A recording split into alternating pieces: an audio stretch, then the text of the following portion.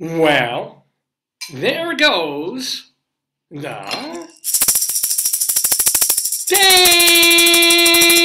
Daverhood. Good morning, everybody, and welcome to the 881st edition of this program. It's called Dave's Gone By. It's a mix of humor and talk and interviews and culture and all that kind of thing. Yes, and... Why is today special? I'm sorry, I missed you. Say that again. Say it closer to the mic. Why is today special? Well, as long as I have you guys watching at home and you, Potato, here with me in the studio. No, not that crap. Well, I'm not sure what you mean, Potato. I'm reading a book about me. Right. Yes, as a very special thing today.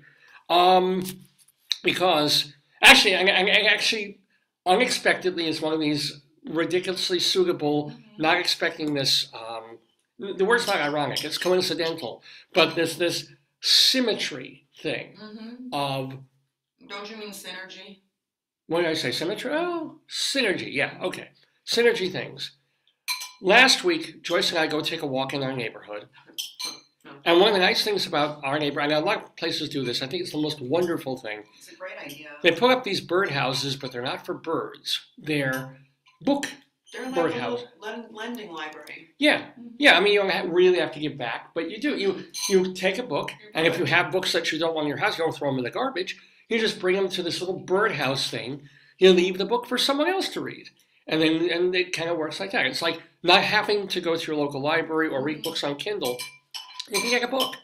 So I've gotten a few books that I've read over the years, and want to have a copy of. And we're just walking along, and I'm like, oh, that sounds interesting. And I remember last week, I showed you we got the book, Some Girls, Some Hats, and Hitler, which we delighted in. That's actually really a book. It's a memoir. What? What is it?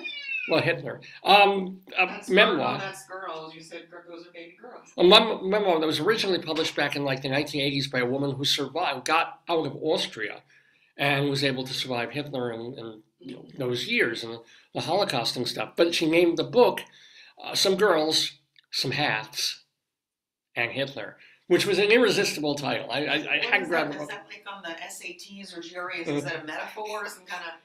It's like a girl is to some hats as Hitler is. It should be like some kind of... That's weird. To a belt, So we shared that, and then we went walking again this week. My wife Joyce over here, and I, David Lefkowitz.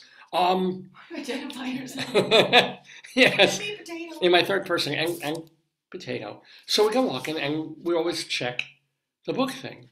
There's two. There's one in a private house, and there's one by... Well, no, we don't go into someone's private house. But there's one that a private, like it's just like a neighbor, and then the other one is done by like a religious order. Well, there's one that's right outside a church, and so you get a lot of kind of Noah's Ark and religious books that people are giving away and donating.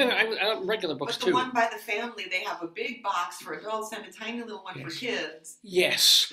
Yes. That's the problem. And there's almost never anything in the big box for grown-ups that I have any interest in. Of course. But in the box for kids, this week, ladies and gentlemen. Where is it? It's on the table. It's on the table. Oh, it's on the table. Yeah, keep reaching your... I'll get it. Oh, you got it.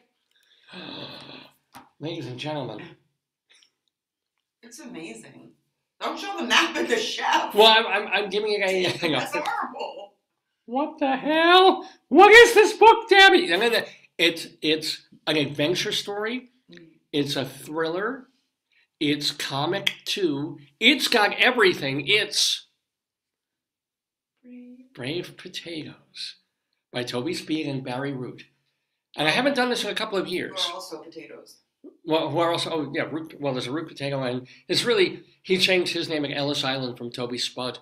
But back when I was doing this show on UNC Radio at when we were in Colorado, I got into a thing where I was doing StoryTime, where we read chapters of books and we read a whole book about Hansel and his goat. It was like this 200... No? Oh, cow! Yes, a cow for Hansel. Hansel is an indentured servant and a child who was given to somebody, like another farmer, and he worked the land, and Hansel's dream was to save up enough money, not that he could free himself from servitude, that he knew was impossible. Not to move to the big city. But he thought he would purchase a cow. He just wanted a cow. His family. It was like they were poor and they were having money troubles and farm troubles. They wanted a cow. So he saved up. He got goats, but goats were a real pain in the balls. Goats Did he get goats? Yeah, he got a couple of goats and they were destructive, and then there were a couple died, but finally he saved up enough money for his own cow. And this is like 200 pages. If you go back in the archives of Days Gone By, you can listen as I read A Cow for Hansel, a real book, a real classic. Yeah. And then we read some other I books. think this one will be far superior personally. I think you have a bigger audience with this. So now for the first time in a couple of years, we're going to read the Brave Potatoes book right here live on Dave's Gone By. Isn't this exciting, Potato? Think about it, David. Yeah? We passed that little vending library a lot. And that day I was like, let's just walk local. I didn't want to go far. What are the chances? What? Of all books, of all people, this. And this. And then it would still be there when you got there, and that, you know. And then not the irony, but the weird part of this. Yeah. And I'm not going to mention names. I'm not going to do, I can talk about the story without mentioning specifics. Yeah. No, I'm teaching a book, or no, I was for one section called Oreo, because I'm doing an English class, and I think it's about humor. And there was a book written in 1974 by she was half black, half Jewish woman named. Her mom was African American, or her mom was Jewish? I believe her mother was white. I'm pretty sure her mother was Jewish and her father was. That's okay. It's just doesn't matter. But this is a real author. You can say Fran Ross wrote this groundbreaking book, and it's not. It was around the same time that Roots came out by Alex Haley, and so the world just congregated around Roots to tell the slavery story, and it was the miniseries. Now it's like Find Your DNA and those sorts of, locate your ancestors. It's still going on. Yeah. Oh yeah, but it was this billion selling what? This billion selling book, and it was a cause célèbre. It was the Game of Thrones times 10 of its day, the Harry Potter of its day. It was the book of the year that millions of people read, and can you rub my tits? Anyway, millions of people bought. So that was the black experience. Excuse me. The black experience. Does it have to do with the potato? Well, the thing is, people didn't want to. Do you want tea? Not yet. No, I'm good. You sure? Yes, thank you. People wanted that kind of black experience. They wanted to feel bad about slavery, and they wanted to learn about, Kunta Kinte and Chicken George, and they didn't have room for a different kind of book that was completely satirical and ridiculous and stereotypical and mad and groundbreaking and wild. First-person narrative. No. It was very loosely based on her own life, but it was making fun of every possible Jewish and black stereotype you could, in a very funny way, in a wild way. It was the era of Vonnegut. It's a different perspective, a different genre. So the book flopped when it came out, even though some people really appreciated what she was doing. And it didn't really get rediscovered until about 20-something years ago, and now it's considered a minor classic. Is she alive? No. She died of cancer when she was 50. Oh, David, a little bird, tiny little bird just perched in the tree, like a little, look, he's like this big, like, those tiny little birds? Yay. Oh, he's looking at us. He's watching I cannot see. Oh, hi. He's facing us. I actually have a fan. Look at this. He's facing us. He's got like a little tiny. As a bird. Oh, what happened? What happened? He got a friend. Oh, oh, yeah. But they're like gray or black on the back, and they're white, and then they have red and orange. What? Oh, it must be a robin then. No, but they're tiny. They're this big, David. Look. Well, it's almost. It's not almost spring. They're eating like if there were berries on the tree, I think they're looking for that. Oh, they're pretty. Oh, David, they're so cute. Yay. It's like when you see a winter card where you see the snow and a tree like this with little birds. That's what it is. Oh, I like that. I can't. From my vantage, I can't see them. But I wish you could. You would love it. I like little birds. So what was I saying? Where was I going with this? The book was a different genre, and you were talking about potatoes. So there's something yes. about potatoes. Yes, thank you. Yeah. Okay. Yeah. So And I had some of the kids, if they chose to, they could write about it for an essay they had to do.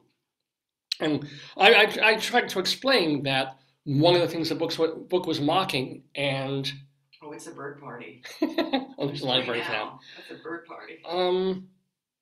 So the book was mocking the stereotypes of, and there's a ton of Yiddish in it, which makes it very difficult for all my students to read. You do what you do when you did your Rabbi play. You make a glossary. You need it just for like the first 5 pages of the book, because every other word is Yiddish, which is being spouted by a black guy who hates Jews. Can I tell you something? What? There's this thing now the students use called Google.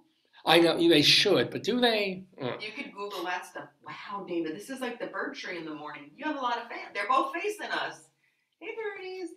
Oh, they want to hear the potato story. So the prompt for the essay about this book called Oreo, Oreo, white pie, it was to find things in it that were of their time and feel strange now. And if you were rewriting it... That's interesting. I think it's an interesting prompt. Anachronistic, right?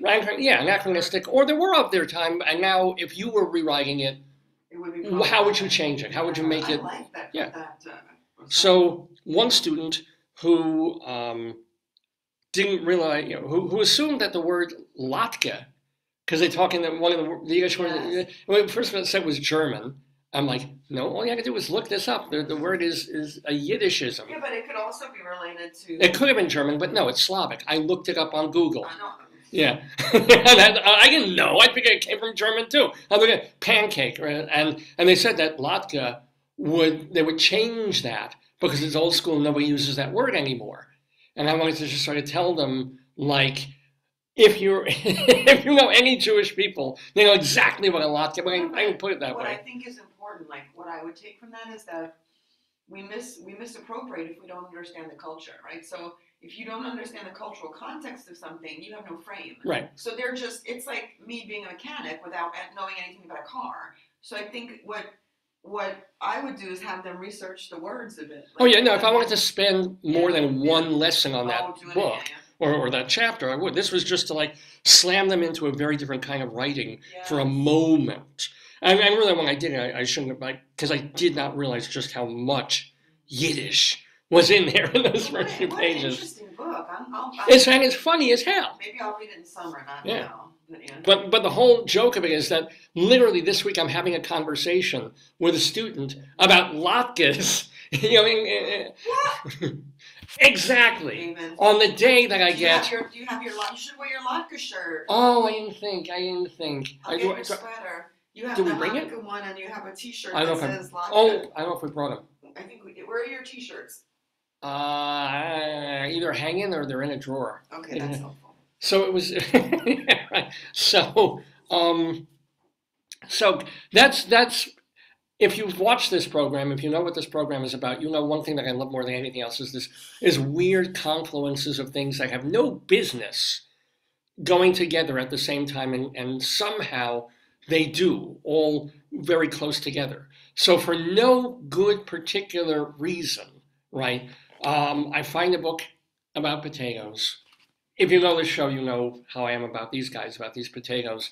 And then on that very moment, or like a day or two later, after we find this book about potatoes, avoiding the chef who wants to turn them into latkes, somebody writes an essay and kind of mistakenly says that latkes are German and that nobody talks about them anymore, nobody uses them anymore. Oh, well, I got to wear this during when I read the book. That'd be fantastic. Yes. It's like the weirdest barbershop ever. Or your potato costume you should have worn. Oh, look at me. Where's your potato costume? That's back in New York. Oh, really? Yeah. Oh, no. Look like Einstein here. Yeah. Ooh. Doesn't my wife have nice boobs? Anyway. Look at my stuff. So, where the hell was I going? Oh, so the conflict. Oh no! Now I also have to tell the other. Please don't. It's funny. No, please save it. All right, I'll save it. So I'll move on with other parts of the show that I want to talk about, which are telling you what else is on the show. So, as much as I want to talk about brave potatoes, also want to let you know what's going to be on the program. We have a guest on the show, and I think I can say this with some authority. The oldest guest that we've ever had on the program. Our closest, I think, at this point was a Carol couple. Channing was in her. She was old. She was late What's the 80s. name of Rob Reiner? Not Rob Reiner. Carl Reiner. We had him Yes. well into the 90s. No, well into the 80s. I don't know. No, but we had my colleague and critic friend. Oh, now I've forgotten her name. Who? She's a poet. No, give me a moment now. What is she like? Tell me. Irene Bakalenik. Oh. So Irene Bakalenik is. She had been a theater critic for many, many years, writing in New York, and I knew her from all our theater organizations. Then she retired from that and basically concentrated on writing poems and putting out books of poetry. So we had her on the show a couple of years ago when she was in her mid-90s. Okay, she, last I heard, made over 100 and is still alive. In fact, I called her the week of her 100th birthday just to wish her. What did you call her? Oh, so at that point she was mid to late 90s. You know what? Why I think she's waiting for you to read the potato book. She, Oh, then I shouldn't read it. I want her to live. That's part of her journey. No, she'll live a long life, but she just, the potato book apparently is something she's really looking forward to. So Irene, up until about 15, 20 minutes from now, will have been the oldest person, because she was like 96 or 97 when we interviewed her. Today, we have a 98-year-old woman coming on the show. What are you looking for, babe? There's the noise machine. Oh, there they are, yeah. No, the red one is missing. Oh, dear. Oh, dear. I may not have brought it in. Same. That's okay. So she... there's no clapping on this one. That's the only thing I don't like. So what's the positive? So, well, the amazing thing... This is positive. There we go.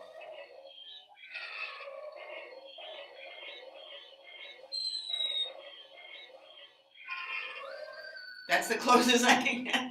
Now, she has had a pretty reasonable, interesting life. She's taught kids. She's been a librarian. But she's kind of been on the periphery of historical stuff by the people that she's connected to. What is that? So she is the daughter of Mo, a.k.a. Jack Strauss, who was he wasn't actually the Mo. He was the Jack, I think, or he was one of the Mo's, of Manny, Mo, and Jack, the Pep Boys. You ever see the automotive thing? Pep Boys. Pep Boys. Manny, Mo, and Jack, the Pep Boys, who started this automotive service company. Yes! Yeah. It gives you, there's one really right near, in downtown. They're all over. Oh, yeah. It became this huge thing. She is the daughter of one of the founders. I'm looking for images. They do tire. This is book flights, do they? No, they don't do that. They don't do that, I don't think. Pep Boys, it's a cute logo. I'm trying to pull it up for you. Cool. And actually, if you see her picture, she's holding up their old thing here. Manny, Mo, Jack. Yeah. Let me show them right on the thing. So I forget. I couldn't point to the guy who was her dad, but point is, she also was married. I'm sorry, what? These are the real people.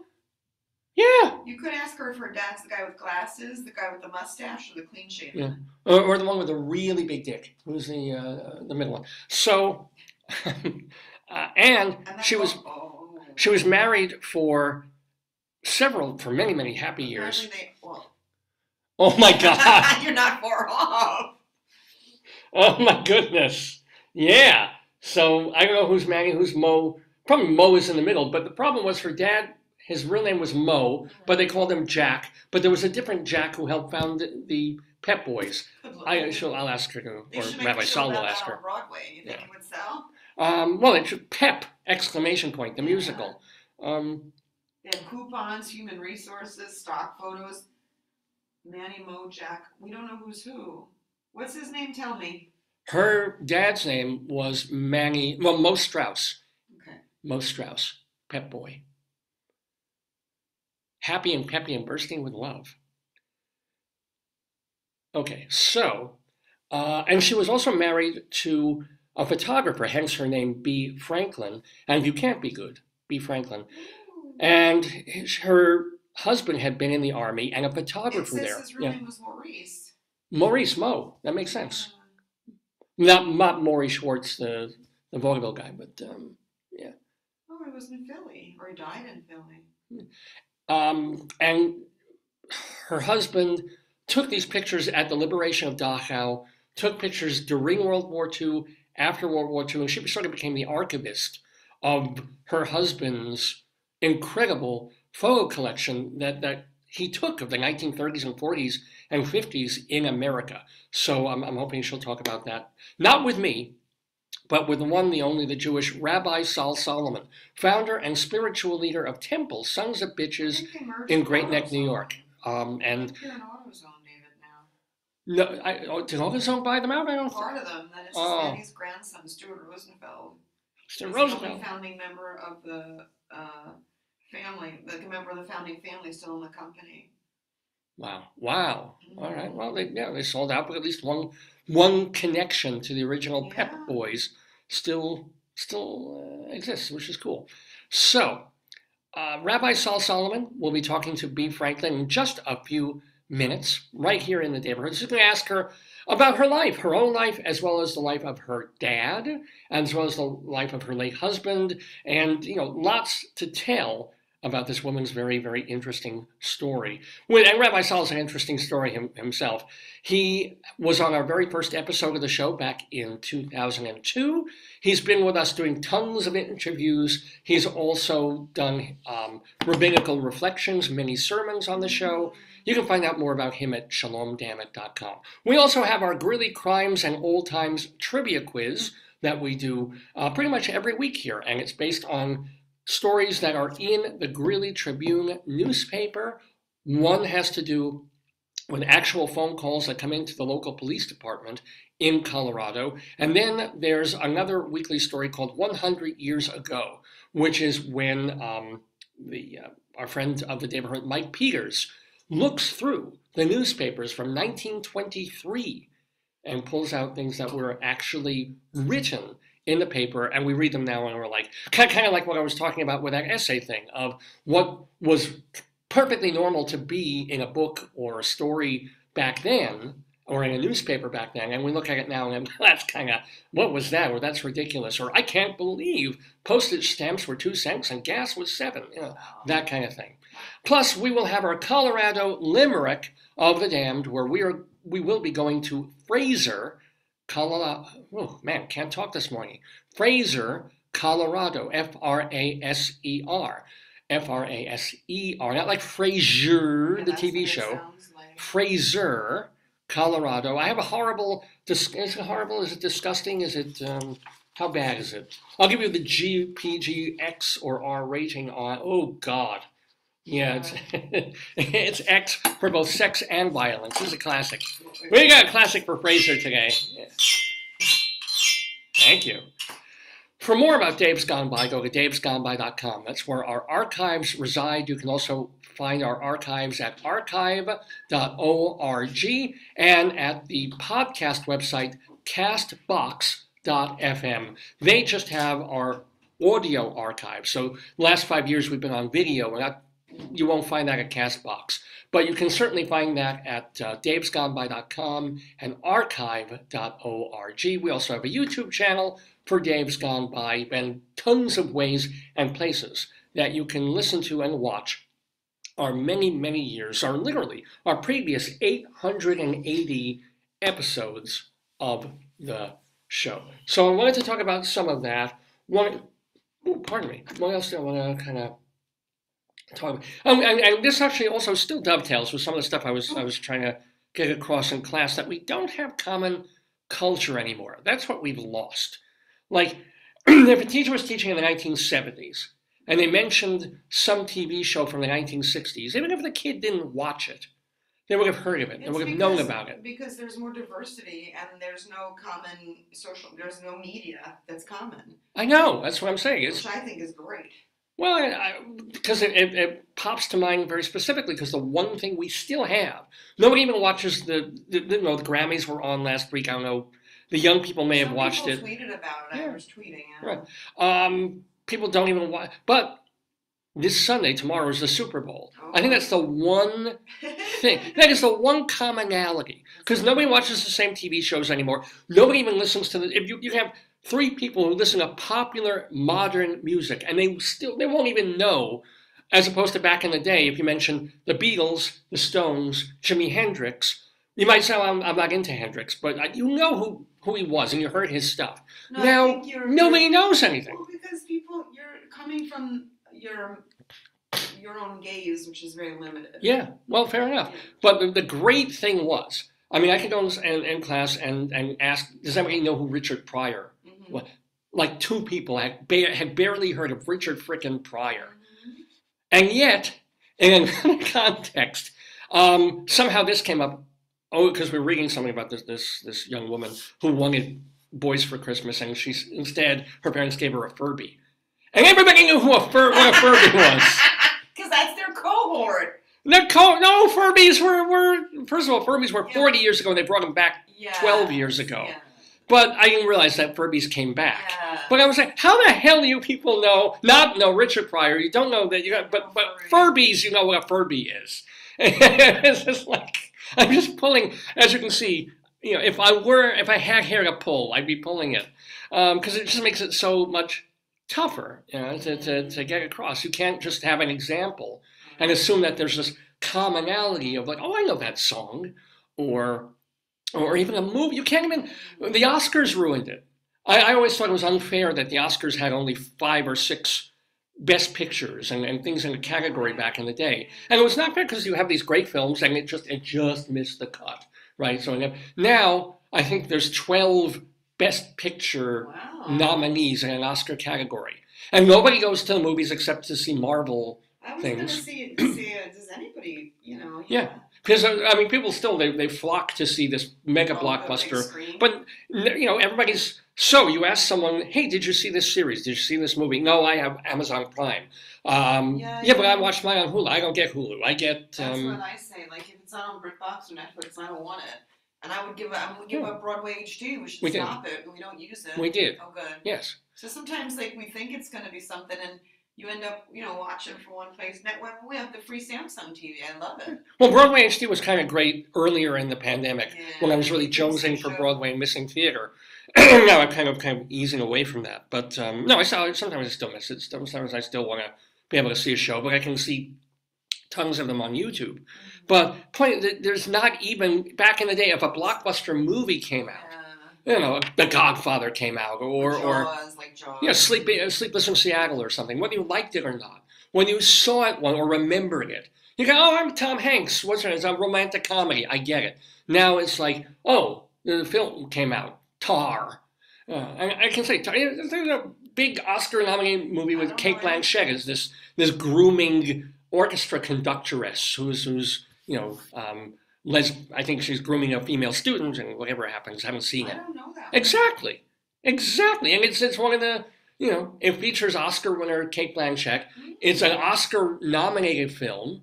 Have you heard of it? Have I heard of it? I don't watch anything. I don't like them. Don't forget, David. As a sociologist, I'm very leery of dominant culture. Well, we're going to go right into submissive culture here because it's time to bring Rabbi Saul Solomon, founder and spiritual leader of Temple Sons of Bitches, into the Daverhood. Rabbi Saul is going to be interviewing a Jewish lady, a 98 years old Jewish lady, about her life, about the life of her late husband, her late father, who did some pretty darn interesting things, and she's probably done some interesting things herself. So don't go away. Bea Franklin in the Daverhood, moments from now. Audio Jungle.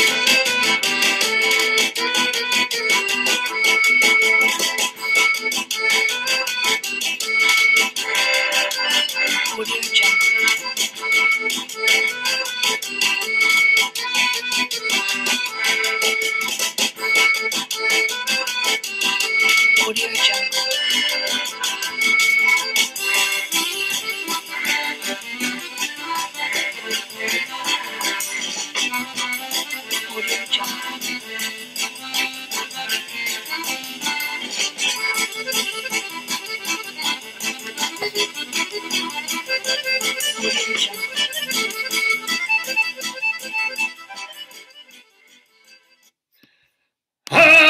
shalom, my friends, and shalom, my enemies, too. This is your old pal, Rabbi Saul Solomon, founder and spiritual leader of Temple Sons of Bitches in Great Neck, New York. And what a pleasure it is for me, what a treat it is to be welcoming to the Daverhood. Oh, a Zeta! I believe she must be a Zeta.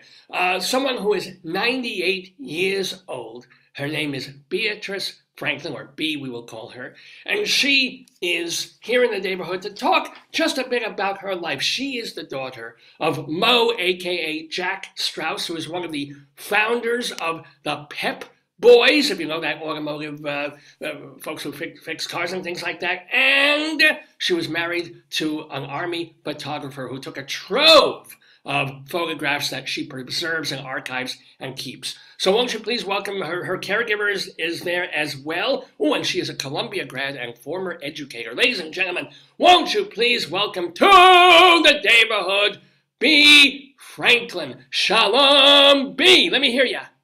Shalom, David. Well, you could call me Saul. Saul. Oh, Dave is my friend. Okay, Saul. Rabbi Saul. That's me. That's a shalom to you. How are you? I'm great, thank you. How are you? Pains, aches, how's your prostate? Mine is killing me. But is your prostate all right? My prostate is fine. This is good.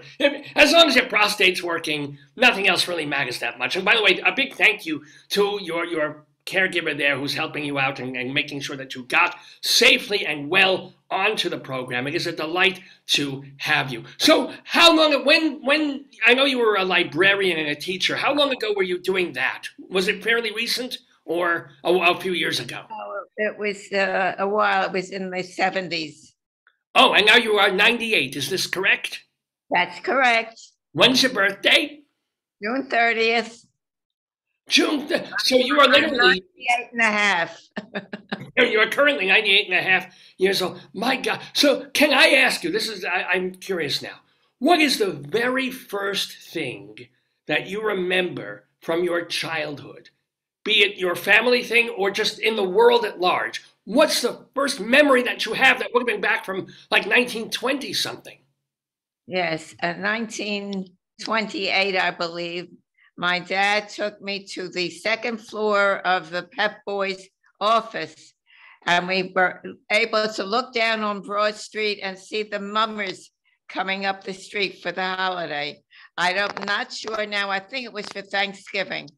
The mummers parade. Yeah. And that's what I remember. I thought it was so exciting. Now, since you mentioned the Pep Boys, it was Manny, Mo, and Jack, and this confuses the hell out of me because your father was Mo, but he's also Jack. I don't get it. Well, how does this work? My uncle was my father's brother, Mo. All right. And my father was Jack. Jack Strauss, yeah? Yes. Wasn't there another Jack in Manny, Mo, and Jack? There was a Jack something or... When Mo and Manny opened the Pep Boys, Jack, I don't even know his last name, was the third partner. But for some reason, he left shortly afterwards. And Mo asked my father, who was a lawyer, if he would like to come into the business. So he was a lawyer, and he had been a bookkeeper. So he was a plus to the business. And they had to keep the name Jack because it was so established. So my father became Jack, and that was Manny, Mo, and Jack. Now it makes, okay, I was trying to figure out because there was a different Jack, and there was, so your dad just became Jack. I got. So at the point when your father came into the business, was it just like one garage, and then it expanded, or what happened? No, I don't know how many stores they opened originally. I do know that they had a gas pump in front of the store on Broad Street, and then the name of the gas was Pep. That's how they became the Pep Boys. The very famous Pep Boys, which still exists, by the way. Looking for, you have one family member left who's connected. Everything else has been kind of sold off to, what is it, organization? Not organization. Yeah, I believe that's my cousin. My cousin Benjamin, I think. Now, I also want to thank, by the way, your son, who, what a great, is his name actually, he's Ken, but is your son's name Kenjamin? No, and I hate that name. His name is Kenneth. So, but he goes for comedy reasons, I guess, as a PR person. He calls himself Kenjamin because it's Benjamin Franklin, but you don't like it. You're no. Hey, what is your Hebrew name? My Hebrew name is Bela. Bela, this makes sense. Do you remember, you would not have had a bat mitzvah, but how Jewish was your family growing up? I had a bat mitzvah. You did? At age, what, 13? When I was 91, which is 7 times 13, I believe. Yeah. I said I wanted a bat mitzvah, and that's what I had. Why did you want to, God bless you for this, but and he does. Why did you suddenly choose at 91, I want to do this? Well, because I'm very attached to my temple, and I'm very attached to my religion. And I started studying Hebrew when I was 7. And the most important thing that I remember vividly was that we belonged to the temple was called Har Zion Temple, I believe. And my mother took me to the temple on, I'm having a senior moment. When they take the tourists out and they walk around, and I can't think of the holiday that it's called. But anyway, and I thought that was Simchas Torah. So Simchas Torah, yeah. Simchas Torah. And we were up on the balcony, and I was looking down, and I saw all the men walking around holding the Torahs. I thought that was such a wonderful, beautiful thing. And that hooked me really on wanting to learn Hebrew. I didn't do too good a job of learning Hebrew, but I know how to read it and so on. Well, I've always been a member of temple. You can always pass. If you just go, people think you're speaking either Hebrew or Yiddish, you can get by. You can literally walk down Borough Park. But oh yeah, they know. No, but you did not choose to go Orthodox or anything like that. No, don't want to go there. How would you describe? Are you just conservative or reform? Reform. We joined. I was a member of the conservative temple before we moved here, but when we moved here, a friend of mine who lived a couple of doors away said to me, "I belong to a great temple. It's not conservative. It's reform, but I think you'll really like the rabbi." So he said, "Go with me one night." And so one Friday night I went and I was hooked. I became very active in that temple. I could not be happy. Now, how active, you're 98, how active do you get to be these days? I know you have a caregiver and you have your son isn't, but do you go out and shop? Do you, especially post-pandemic, how much do you physically do that isn't in your home? Well, my oldest son takes me out for dinners to, let me see, Frankie and Johnny's in Manhattan and Peter Luger in Brooklyn. Whoa! And we both love to travel. So as a matter of fact, Sunday, that's not tomorrow, a week from tomorrow, we'll be leaving on a cruise with my son, Rick, and my grandson and his wife, and their 3 children, my 3 great-grandchildren. So, where are you going? Where's the cruise going? Let's go into the Bahamas, Nassau, Jamaica, and so on. Nassau? Yeah. I was living on, I could take the Long Island Railroad to Nassau. Nobody to go to Suffolk. Now that's something. That's something to do. Now, also speaking of Nassau, also, is there a way you can pick the phone, move the phone a little bit, because I'm seeing your nose up to your head and not all of your face. There we go. That's a little better. Thank you very much. You also grew up for many, many years, or lived for many years in Forest Hills. Do you have any memories of the way Forest Hills used to be? Well, to tell the truth, Forest Hills used to be very, I wouldn't say anti-Semitic, but it was difficult when we first moved. The people who were members of the community didn't want my parents to buy the house because we were Jewish. And my father said, if you don't want me, I don't want you, and I'm not buying the house. And the house sat empty for a couple of years. And then they decided they would put up with us. And they were very nice. They were very nice to us, to my family. Because the house...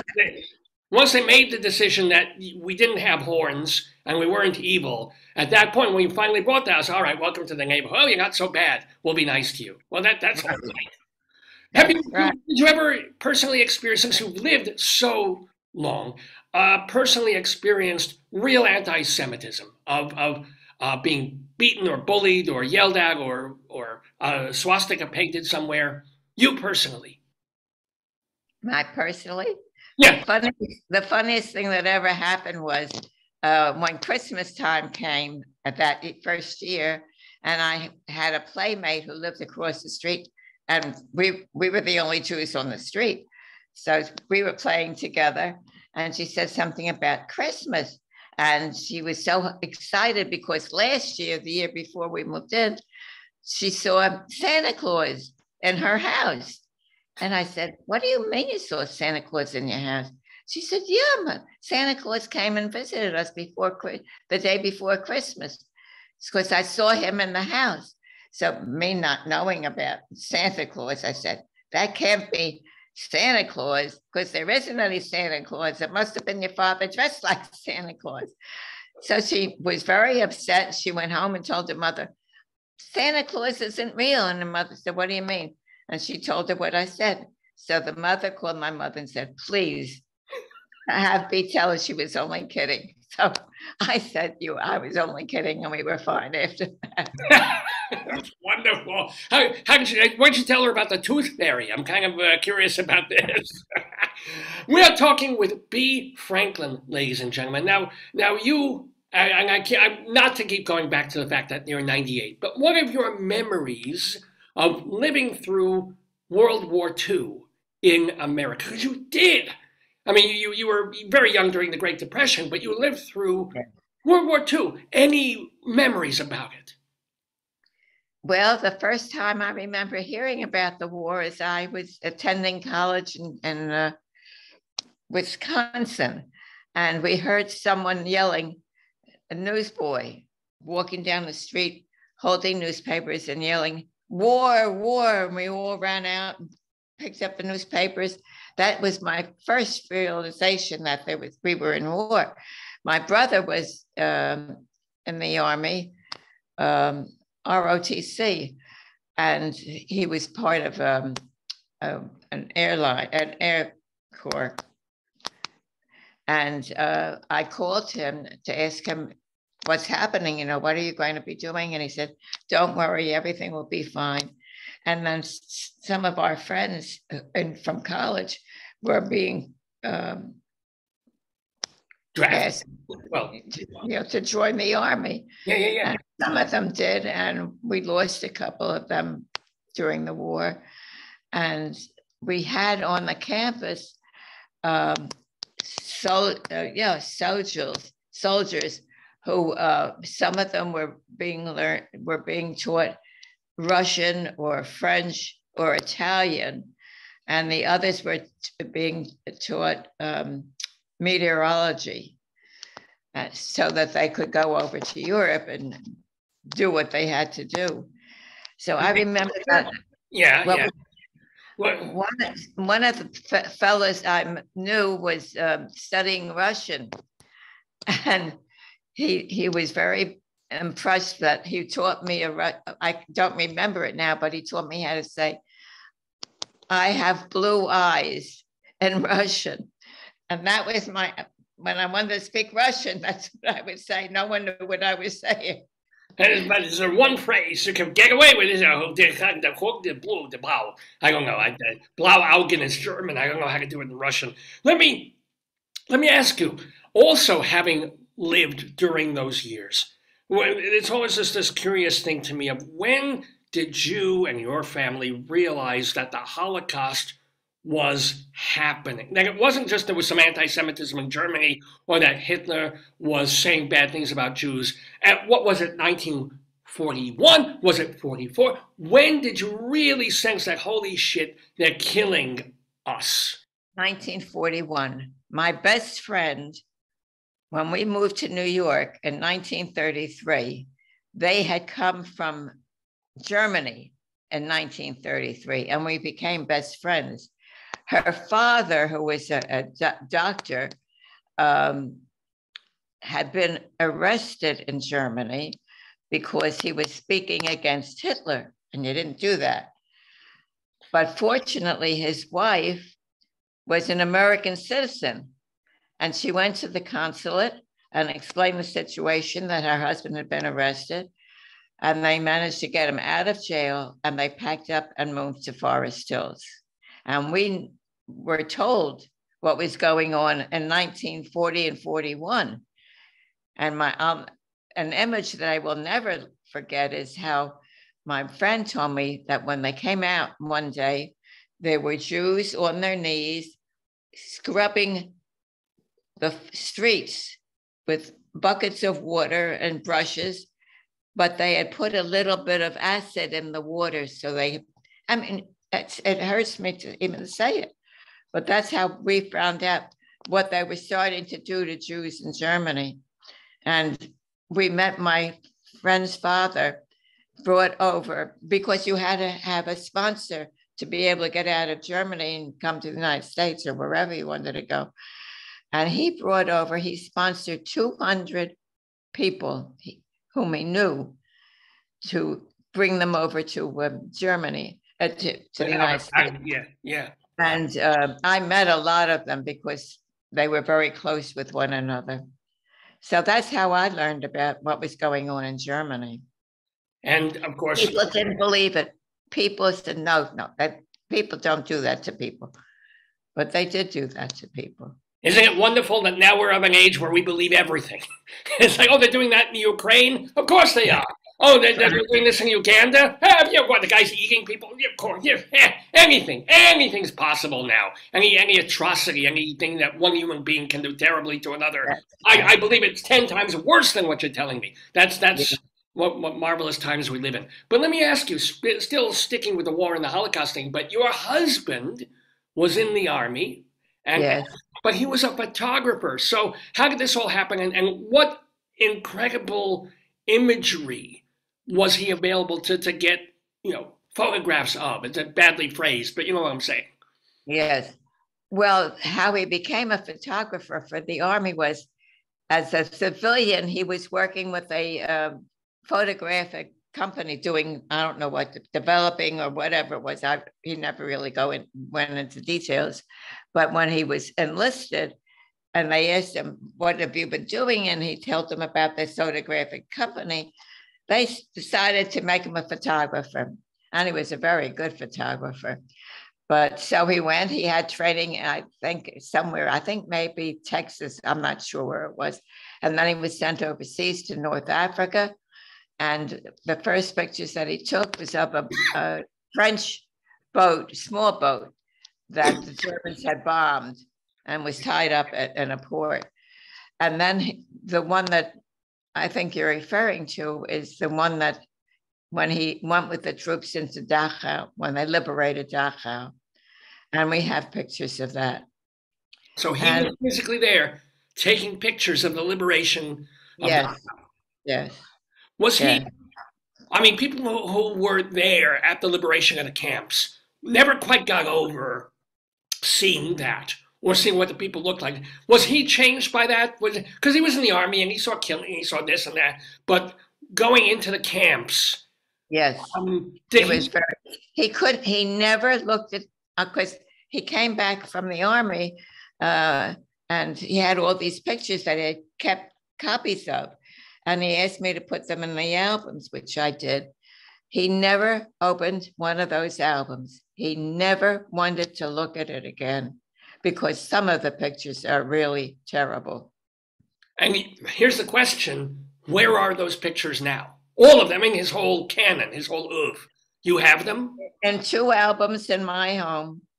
Yes. 2, that's it, 2 albums. Didn't he take hundreds of pictures? I don't know how many he took, but the ones that he didn't, know for sure that he didn't keep all of the pictures that he took, but we have, I don't know how many pictures of what he saw, what he took pictures of. I just know that I took them lovingly into albums, but he never looked at them. Can I ask, of all the pictures that he took, and I'm not talking just the dockhouse, what would be your favorite? Like, do you have a favorite picture that was like, oh, this is his classic, or I love this? Well, it's going to be an interesting answer, because he not only took pictures of the war, he took pictures of homes that he stayed in, to develop and to sleep before they moved on to another town. And one of those pictures is of a beautiful home in Italy. I think it's in Italy. It's a beautiful home. Now that's what sticks in my mind. Now here's another question. There's a famous photograph that your husband did not take, but it's a very famous photograph that comes about a week after the end of World War II. And it's in the middle of Manhattan, and some sailor, I think, is the girlfriend got his tongue in her mouth, has got his fingers somewhere else.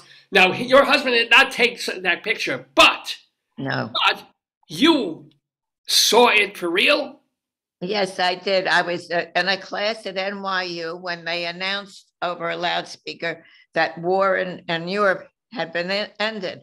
And we all got very excited, and everyone in the class decided we were going to go to Times Square, because that's where people used to hang out. So we ran there and we stand out in the street, and all of a sudden this sailor picks up a nurse and holds her and kisses her. And we didn't think anything of it, because a lot of people were taking pictures and everybody was kissing everybody else. And lo and behold, that was the picture that was put in the newspapers. I wasn't in it, and the friends of mine who were with me, we were not in it, but we were face to face with this wonderful. And you didn't even, it wasn't like the man planting the flag on the moon. You could just say, oh, somebody's kissing somebody, and you get this iconic, incredible photograph. Can I ask you, what were the 60s like for you? Because by then, not when you were in your 60s, but the turbulent Vietnam, old versus young, race stuff. Were you already settled and kind of like watching it from afar, or were the 60s kind of turbulent because you worked in schools and stuff? I wasn't. I was taking care of children. My three boys were, Rick was born in 46, Bruce was born in 48, and Ken was born in 52. So they were just growing up in the 60s. And that's what I remember of them, taking care of kids. Well, wait, but were they already listening to to music? Were they trying to wear funny hairstyle? Did you care about that, or you already lived through so much that it's like, it's just another cycle of American life? Well, what I remember is Ken, because he was very involved with music at the time, and he was always blaring the music, and I'd say, "You're going to lose your hearing. It's so loud." I mean, I have such a vivid memory of that. Lower the volume. It's going to ruin your hearing. And he said, don't worry, don't worry. But he was always involved with music. This is and she is, of course, talking about Ken, her son, Kenneth, although we call him here Kenjamin, who helped get Bea Franklin on the program. So you got a cruise coming up in, when is that happening? This summer, this spring, when? No, we're going to be in Fort Lauderdale. I think it's, I don't know what town in Florida it is, to board the ship, but it'll be sailing on the 19th of this month. Oh, Mazel. Can I ask you, and again, this is going to be a very ageist sounding question, but do you walk? Are you ambulatory? Do you wheel? How do you get? No, you're 98. You're 98. So, yeah. No, in the house, I use a walker because my balance is very bad. And I have my caregiver who holds on to me when I'm walking without the walker in the house. When we go out to anywhere, I don't take a walker. Brittany holds my arm and we walk. Because I was a walker. I used to walk a lot when I was able to, but can't now without someone. But, that's how I get around. Wow. We have just a couple of more. I just have a couple more minutes with Bea Franklin here before Bea stays to play the trivia quiz, the today, yesterday trivia game. It's a ridiculous game. Don't expect to get anything right. Trust me. But so many other things. Like, do you have any? Like you used to go to Broadway theater all the time, and Dave, the show, loves this, and I love the theater. Favorite Broadway memories? Well, let me see. The first show I ever saw, I was 12 years old, and my brother was in military academy in Pennsylvania. And my parents, there was a show on Broadway called Brother Rat, which was about a young man in a military academy. I don't know the theme of the story, actually, but I remember going to that show and very impressed about being in a theater and seeing live people performing. And I think that's what hooked me on to Broadway shows. And you still go. You recently went to see Some Like It Hot, which just opened a couple of months ago. Right. We're going to see it again. We love it. Oh, we love it. Excellent. Okay, and so I'm just throwing things at random at you now, but your family was friends with Rocky Graziano, the boxer? Oh, yes. Rocky was at our house a lot of time. Came to one of my son's bar mitzvahs. Oh my God! How did you? I guess Manny Moment, because how would you have known him? Your family have known him. I don't know how Jerry, my husband, met him, and we knew. I don't know if you're into ice hockey, but the Rangers, some of them, Brad Park, Boom Boom Jeffrey on, a lot of them. Some of them, Boom Boom was here for Sunday brunch one time. I know a Boom Boom Moskowitz, but it's a very different. Hey, let me ask you though. Also, one of the things that your son recommended that we talk about is that your brother had a meal with a former president of the United States. Is this a thing? Oh, that's when he was a kid. Not my brother, Rick, my oldest son. Oh, your older son. Sorry, yeah. Was in a private school, and Donald Trump was one of the students he became friendly with. And one Saturday, Rick invited him to come to the house to play. I don't know what they were doing, but anyway, I made lunch with him, a sandwich. I don't know if it was tuna fish or eggs, whatever. And I put it on the table in front of him, and he lifted up the top piece of bread and said to me, "Mrs. Franklin, I like my tomato thinly sliced." So I said, "Okay, Dave, Donald, I'll remember for the next time you're here." Well, he was never over at the house again. But that's one of my favorite stories about Donald. That sounds so freaking dark. If you put ketchup on it, he would have eaten it. That's all you need. Forget the whole tomato. Just put a freaking, a pellet of ketchup. Oh my God. Wow. So many fun stories here with Bea Franklin, ladies and gentlemen. Now, while we wait for our guest to come play the today, yesterday trivia quiz, one thing I forgot to also ask about is, Dave and his lovely wife, Joyce, lived on Long Island for many, many years. Dave grew up on Long Island. You lived in Lawrence, Long Island. I live in Lawrence. Yeah, we moved here in 58. Was Lawrence basically rural at that? Because now we think of Lawrence as like a little suburban community. It's like 45 minutes from Manhattan. What was Lawrence like? No. Lawrence was about not quite as what it is now, but it wasn't very rural at all. In fact, I remember farms in Forest Hills. Wow. When we lived there. There were still farms there.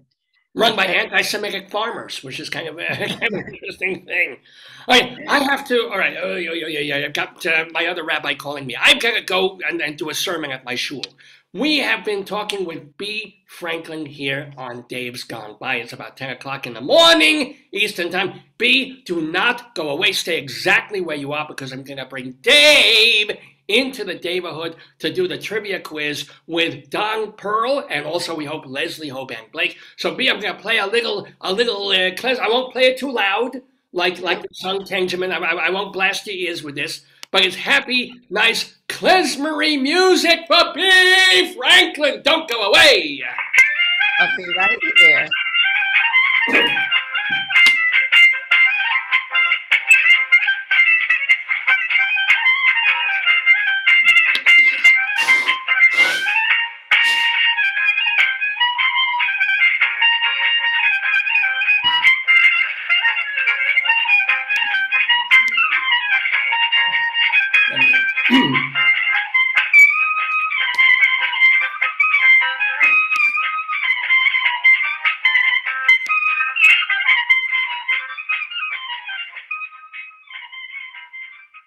Oh, ladies and gentlemen, yes, the lovely sounds of klezmer music here as we bid farewell momentarily to Rabbi Saul Solomon, who's off to go do his thing, and we continue to welcome 98-year-old Bea Franklin to the Daverhood and bring in brand newly minted 80-year-old Don Perl to the Daverhood. Don is here. Don, you got to unmute your microphone. I've known Don for a bit over a decade now. First met him when he was teaching Spanish at the University of Northern Colorado, and now he is a poet and an activist and an educator activist, still living in Greeley, Colorado, and still very, very active and wonderful person that you are. Don, happy birthday to you. How are you? Thank you very much, Dave. I'm fine. And how are you? Oh, I'm great. I'm great. I don't know if you know I'm living in great. Maryland. I'm sorry, what? You look great. Oh, Yes. wow. First time in my life I actually look great. But yeah, but how does it feel to be the big 8-0? Would you like a cup of Oh, Thank you. I'm sorry? how does it feel to be the big 8-0? Yeah. I have to consolidate this answer in how many words or fewer? Well, no, I mean, do you feel different than you did, not from like 79 and a half, but do you feel different from when you were 70 or 60 even, or 50? Do I feel different? Yes. Yeah. Something, Dave. It is such a slow process, as you well know. Yeah. Such a slow process that when you look back on it, you don't even know the eyes that you're looking back on it, how true they are. Huh. Oh, that's interesting. So do you sometimes think of yourself in your 50? There's that old question. If you could go back and tell yourself or ask yourself a question when you were 20, what would you tell yourself? You mean tell myself Yeah. 80, what I would tell myself at 20? Yeah. Is that the question? Yeah. If you could talk to yourself, visit yourself when you were 20 years old and say, I would hey, tell look, myself, Don. yes, I would tell myself, don't be such a stoop. That's what I would tell myself. Looking back on a 20-year-old. Yes. All right. Who was really very gifted at making one mistake after another in life. Were you really? I was very good at that. I did not know. I assumed your life went, because you had all these adventures and things, and I thought your life went pretty excitingly well overall. But well, I went from one adventure to another often with my eyes shut, and it was, and I definitely experienced a world of error walking into things with my eyes shut. Wow. Well, sometimes it's better to go that way. Like walking around your house. When you walk around your house, you think you know where everything is, even if it's in the dark. And then you think you do, and then you don't. Well, how about when you have your glasses on and you're looking for your glasses? It's kind of a little like that. I get it.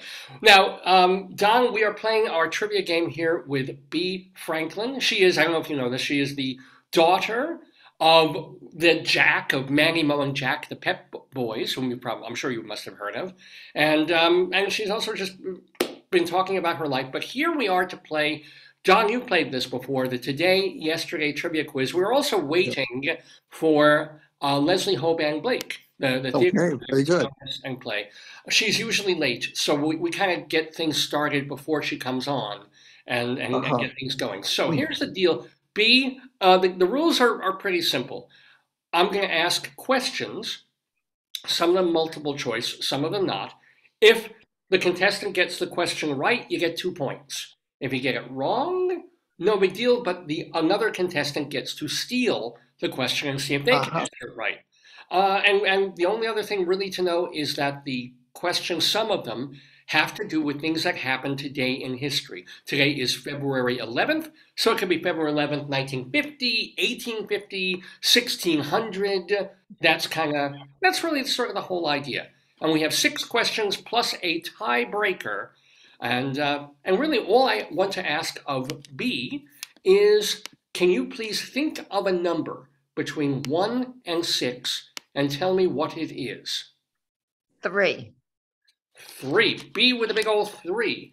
And Don, what would your number kindly be? You just stole my number. Oh, I'm sorry. Yeah. All right. Tongue in cheek here. Yeah. You must have to do a lot of study prior to this to organize these questions, no?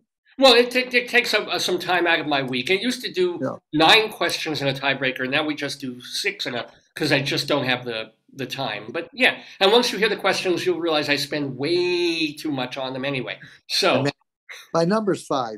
Your number, my favorite number. That is my favorite number. And Leslie invariably picks 6, except she's not here. So, but assuming she gets here, so here's the deal. I'm going to roll a die. I'm rolling it online. It's on a website. So I'm rolling the die. The die came up number 1. The die came up number 3. So B, you get to choose. Do you want to go first, second, or third? This B, do you spell your name BEA? Yes, I do. Very good. Welcome. Thank you. Nice to meet you, B. Thank you. It's nice to meet you also. So B, do you want to be first, second, or presumably third if Leslie shows up? Who are you talking to? I'm going to go for second. You're going to go for second. Okay, so B, second. Now Don, because Leslie's not here, that kind of automatically puts you as the first person. It means you get to be the first to answer the questions and so forth. Are you ready for your first question, Don Perl? Have at it. Have at it. Okay, let's do this. Here we go. The year was 660 BC. I know you guys are old, but you're not quite that old. But here's the it's a multiple choice. BC. Yeah. And this is on February 11th. So konnichiwa. February 11th, 660 BC is the accepted date. 660 BC. 660 BC. This is considered the date that a possibly fictional emperor named Jimmu founded the country, thank you very much, of Japan. All of these items are true about Japan, except one. Which of these is false about the country of Japan, okay? A, because the Japanese have trouble pronouncing the letter R, McDonald's fast food restaurant mascot is not called Ronald McDonald there, but Donald McDonald. B, Japan has a long-running annual festival in which sumo wrestlers hold up babies, and whichever baby starts crying first wins. C, the Japanese birth rate is so low, the country sells more adult diapers than baby diapers. Or D, in polite conversation, the Japanese end nearly every sentence with either ka or krup as a sign of respect. One of these, only one of these, is false. Which is false? What does this have to do with 660 BC? Because that is the year Japan was founded. Today is the day that Japan was allegedly founded by the Emperor Jimmu. Doesn't this strike you as a total disconnect? Yes, of course. Don't you know the game, Don? This is how the game goes. The questions have nothing to do with anything. Well, okay, could you? I was back at 660 BC. Could you repeat the possible answers? I certainly can. Okay, so here's the deal. Japan, which was founded today, back in 660 BC. Here are some things about Japan. 3 of them are true. One of these, which one is not true? Okay. A, because the Japanese have trouble pronouncing the letter R, McDonald's fast food restaurant mascot is not called Ronald McDonald there, but Donald McDonald. B, Japan has a long-running annual festival in which sumo wrestlers hold up babies, and whichever baby starts crying first wins. C, the Japanese birth rate is so low, the country sells more adult diapers than baby diapers. That's true. Or D, in polite conversation, the Japanese end nearly every sentence with either ka or krup as a sign of respect. I'm going for D. You're going for D. It's not true that the Japanese end things with ka. Well, any particular reason you're going with D? Because A, B, and C are obviously true. Interesting. Is that your final answer? It is. Well, Don Ka and Don Krupp, you are absolutely right. You have 2 points on the board, but do you know who does do Ka and Krupp? Thailand. That they actually do that at the end of Thai sentences. That's very interesting. Yeah, that is, and all the others though are true. There is a Naki Sumo festival that is 400 years old, and they put babies in the hands of these giant sumo wrestlers, and apparently the cries of innocent young babies are supposed to ward off evil spirits. So that's why they do it. It's kind of this nice little contest that they have. So well done. Oh, and yes, it is absolutely true that Donald McDonald in Japan is Donald McDonald, because they can't do that. No. Well done. Don is in first place with 2 points, which means that B, this question is yours. If you get it right, you will tie Don with 2 points. Are you ready, B? I'm ready. All right, here we go. This is also a multiple choice. The year was 1843. Okay. Premiering tonight, February 11th, 1843, at La Scala in Milan, is Giuseppe Verdi's new opera, I Lombardi. During which historical time period does the opera take place? Is it A, 100 years before the birth of Jesus, B, 10 years after the death of Jesus, C, during the Crusades, or D, in the 1400s, the start of the Italian Renaissance? Oh. No, I don't think it's C. Could you repeat the first 3? Absolutely. Here are the choices. Premiering tonight at La Scala, the Opera House, is Verdi's I Lombardi. During which historical time period does the opera take place? A, 100 years before the birth of Jesus. B, 10 years after the death of Jesus. C, during the Crusades. Or D, in the 1400s, the start of the Italian Renaissance. Oh, is Leslie not on? She is not on. Only move her. All right. I have no idea. I'll just go with B. You're going to go with B, 10 years after the death of Jesus. Is that your final answer? That's my final answer. Ah, Jesus Christ. No, that is not the correct answer, I'm afraid, B. So Don gets a chance to steal this question. Don, you can get these 2 points. If you know Verdi's I Lombardi, when did it take place? What was number 1? Number 1 was 100 years before the birth of Jesus. C, or 3, was during the Crusades. Or D, in the 1400s, the start of the Italian Renaissance. So one of these is not true. And that's the correct answer. Huh? No, you pick the right one. Yeah, you need the right one. One of the opera takes place in an era. Which one is it? So one of these is true. But we want the answer that is not true. No, we want the answer that is true. Okay, I'm going to go for the beginning of the... Mom and Dad. Donato. The opera does not span thousands of years. It doesn't go in a time machine to like 2752. It takes place in one particular era. Which era does it take place? Solamente uno. Yeah, see. And so we're really looking for the correct answer as opposed to the last question when we were looking for the incorrect answer. Correct. Right. All right. So I say it's during the... Take the professor out of the classroom, but you can't take the classroom out of the professor. And that's the truth. Numero 1, 2, 3 or 4. Well, I would say then the correct answer would be during the Italian Renaissance. Is that your final answer? I'm going to have to go with that. Well, even though, Don, you are a Renaissance man, that is not the correct answer. It actually takes place from 1095 to 1099 during the Crusades. Oh, interesting. It's all about the Crusades and the Knights and all of that. So, yeah. Interesting. Oh, look who is literally turning at the perfect moment. I texted Leslie and said, we miss you. Yeah, well, okay. Here we go. We've got Leslie Hoban Blake. Don knows Leslie. Yeah, you guys have played on the game before, Don, right? You know Leslie Hoban Blake? Yes, we've met.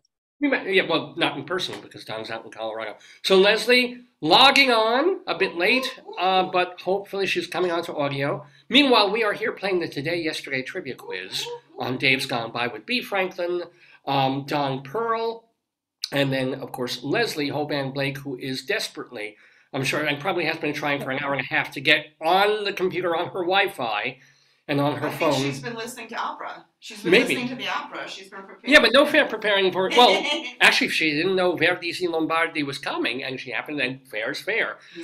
I'm stretching for time here in the hopes, because Leslie would be getting the next question directly. She will. She's got to give her, you know. So B, let me ask you a quick. Oh, Leslie, are you there? Leslie, and make sure we don't have to unmute. Leslie Hoban Blake. I will tell you that Leslie Hoban Blake is the host or co-host, excuse me, of a TV show called Two on the Aisle. It's a great show. It's a show that Charlie Gross, started with his friend Jeff Goodman about 30 years ago, and they review theater on and off Broadway. Leslie is still very much part of that now. She's the co-host. You can watch it every other week on Manhattan Neighborhood Network cable TV, and also they have a YouTube channel where you can watch old episodes and new ones of Two on the Aisle. So, Leslie, can you hear us, and can we hear you? Do you see her? Oh, I just see her little postage stamp. So do request that she unmute. I can't, won't even let me do that. Oh. Ask to start video. Yeah. Do something. She might be on her phone. Yeah, which is fine. Usually her phone works better than her computer. She lives in a building with... Oh, wait. Here we go. Leslie. Mazel McGlick. Ladies and gentlemen, joining us, better late than never, as ever, Leslie Blake and her robot drone cam. This time I'm just circling her apartment. Now, let's make sure you can actually hear you. Leslie, say something, please. Hello, Leslie. No, we need you to unmute. But ask her to unmute. Leslie, we're not hearing you. And I think it's your microphone thing. It's not even the Zoom thing. Oh, she's connecting to connecting to audio. She's on her phone. She's got to connect to audio. Yeah. Audio. I'm sorry, guys. We're just going to take one more minute to. I should mention you're watching Dave's Gone By, our 881st episode of the show, featuring me, Dave Lefkowitz, my wonderful wife Joyce, Leslie Blake, and Don Perl, and Bea Franklin playing the Today Yesterday quiz. Leslie, can we hear you? Are you there? Yes. Can you hear me? Here you are. Welcome, Leslie. How you doing? I have been in password hell. Explain. The machine said your password has been whatever it is, and we need a new password. Right. And I went, no, I can't think of any more passwords. I'm too old. Just forget about it. Leslie, we also need your social security number. Yes, I know. my mother's maiden name is. Yeah, that would help. Yeah. So somehow I snuck in, but I had to cancel out another phone that I don't use anymore, and so I finally said, "To hell with it! I'm on the phone. I don't like the way it goes on the phone, but that's the way it is." No, thank God you're there. You're well. Oh, by the way, what's your first pet's name and where did you live? Thunderbolt. Now, Leslie, just so you know, we're in the middle of the game already. So Don has 2 points. By the way, please welcome Bea Franklin. She's 98 years old, and by the way, Don just turned 80. So congratulations to all. Oh, hello, both of you. How wonderful. Yeah. Wow. Well, welcome to you. Well, I can't complain. Well, am I, thank God. Leslie, you've been feeling okay? You've been well? You look good. Yes, I went out yesterday. I went out to the store yesterday, and I was so fatigued that they charged me $96 for $57 worth of food, and I let them get away with it. I have to go back today. Whoa. Oh, you have your receipt, I hope. You have your... I do. That's how I knew that. Well, I asked them to price some things, and they didn't take them off the slip. They didn't give them to me, and they didn't take them off the slip. Leslie, was that Whole Foods or where? No, it's a little place called Sunak, a little organic a little. Oh, yeah. Were eggs $14 or something like that each? Yeah. Whatever it is, I want it. There's one dozen eggs for $96. No, that's one egg. Yeah. So, Leslie, I have a question. I apologize to Bea and Don. I do apologize. I'm sorry. The good is that you're here. Yeah, we're happy to see you. Leslie, you're always worth the wait, Leslie. You're worth the wait. Isn't she sweet? I know why you're worth the weight in gold. So here's the deal, Les. It's time for your question. Okay, if you get it, you get 2 points, and you will tie Don with 2 points. Your question is... tied, Don? Happy birthday, Don. Yeah, we'll find out. Okay, go ahead. So your question is, and it's a change one letter. You know, I love those. Thank you. Good, okay. Doesn't mean I'll get it, but I like them. Okay. The way it works, Don and Bea, just so you know, in case this question goes to you and Leslie doesn't get it, but she probably will, but just in case she doesn't, I'm going to read a very short poem with 2 answers that will lead you to come up with 2 different answers. One answer will be only 1 letter different from the second. Okay, I'll give you a fake example if it comes to you guys, but let me see if Leslie gets this on her own. You ready, Leslie? Yes, dear. So, this is about someone who was born February 11th, 1939. Okay. Here's the poem. This brilliant songwriter helped a king write hits. Change 1 letter for a box a corpse fits. Oh. Okay, so I know who we're talking about, but I don't remember his name. All right. It's, what's her name, King's partner. Mm-hmm. And I can't come up with that. I saw the show. I can't come up with the name. I know what it is. Well, that's very nice. Thank you so much. And the Joyce has part. The clue is the Brill Building, but you want the guy's name, right? I just whispered it to you, Leslie. Yeah, but there's another clue. Don't forget, you have the second part. I can't do that part. Just let me. Give me a second. Of course. Give me a second. I love her music. I'm going crazy in my head. Oh dear God. This is why they got $97 out of me yesterday.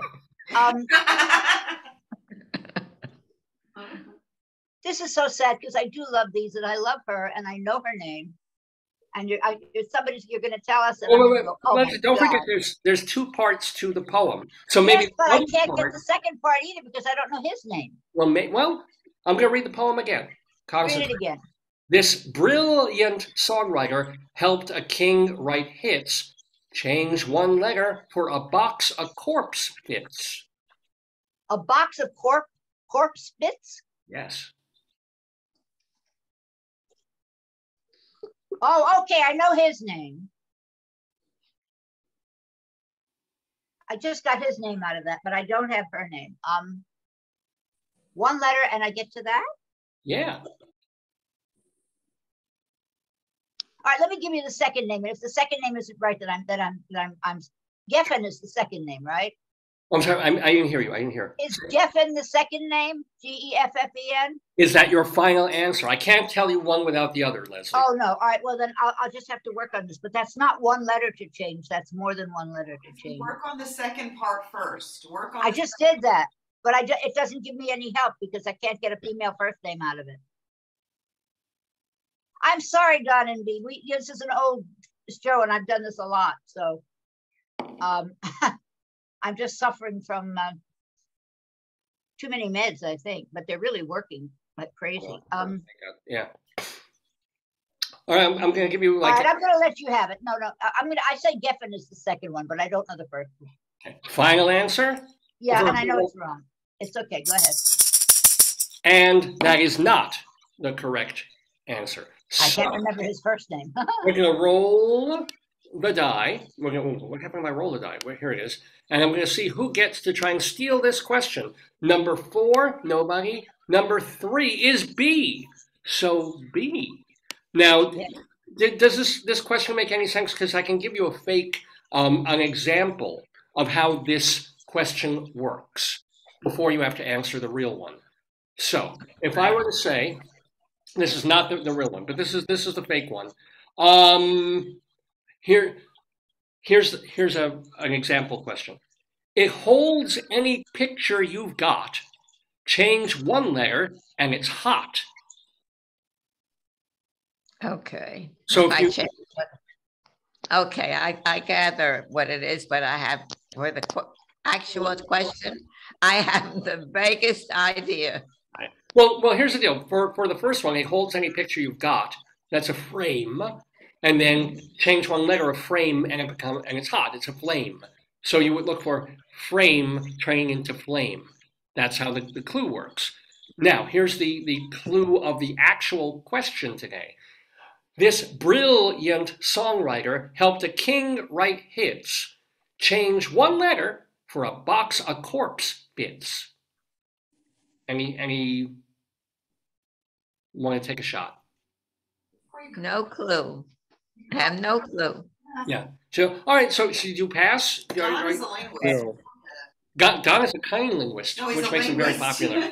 So, Don, this question now goes to you. You can get 2 points if you can come up with the answer. Okay, could you read that clue again? One more time. Here we go. Remember, you're looking for 2 different answers, and they're only 1 letter apart. Here we go. This brilliant songwriter helped a king write hits. Change one letter for a box of corpse bits.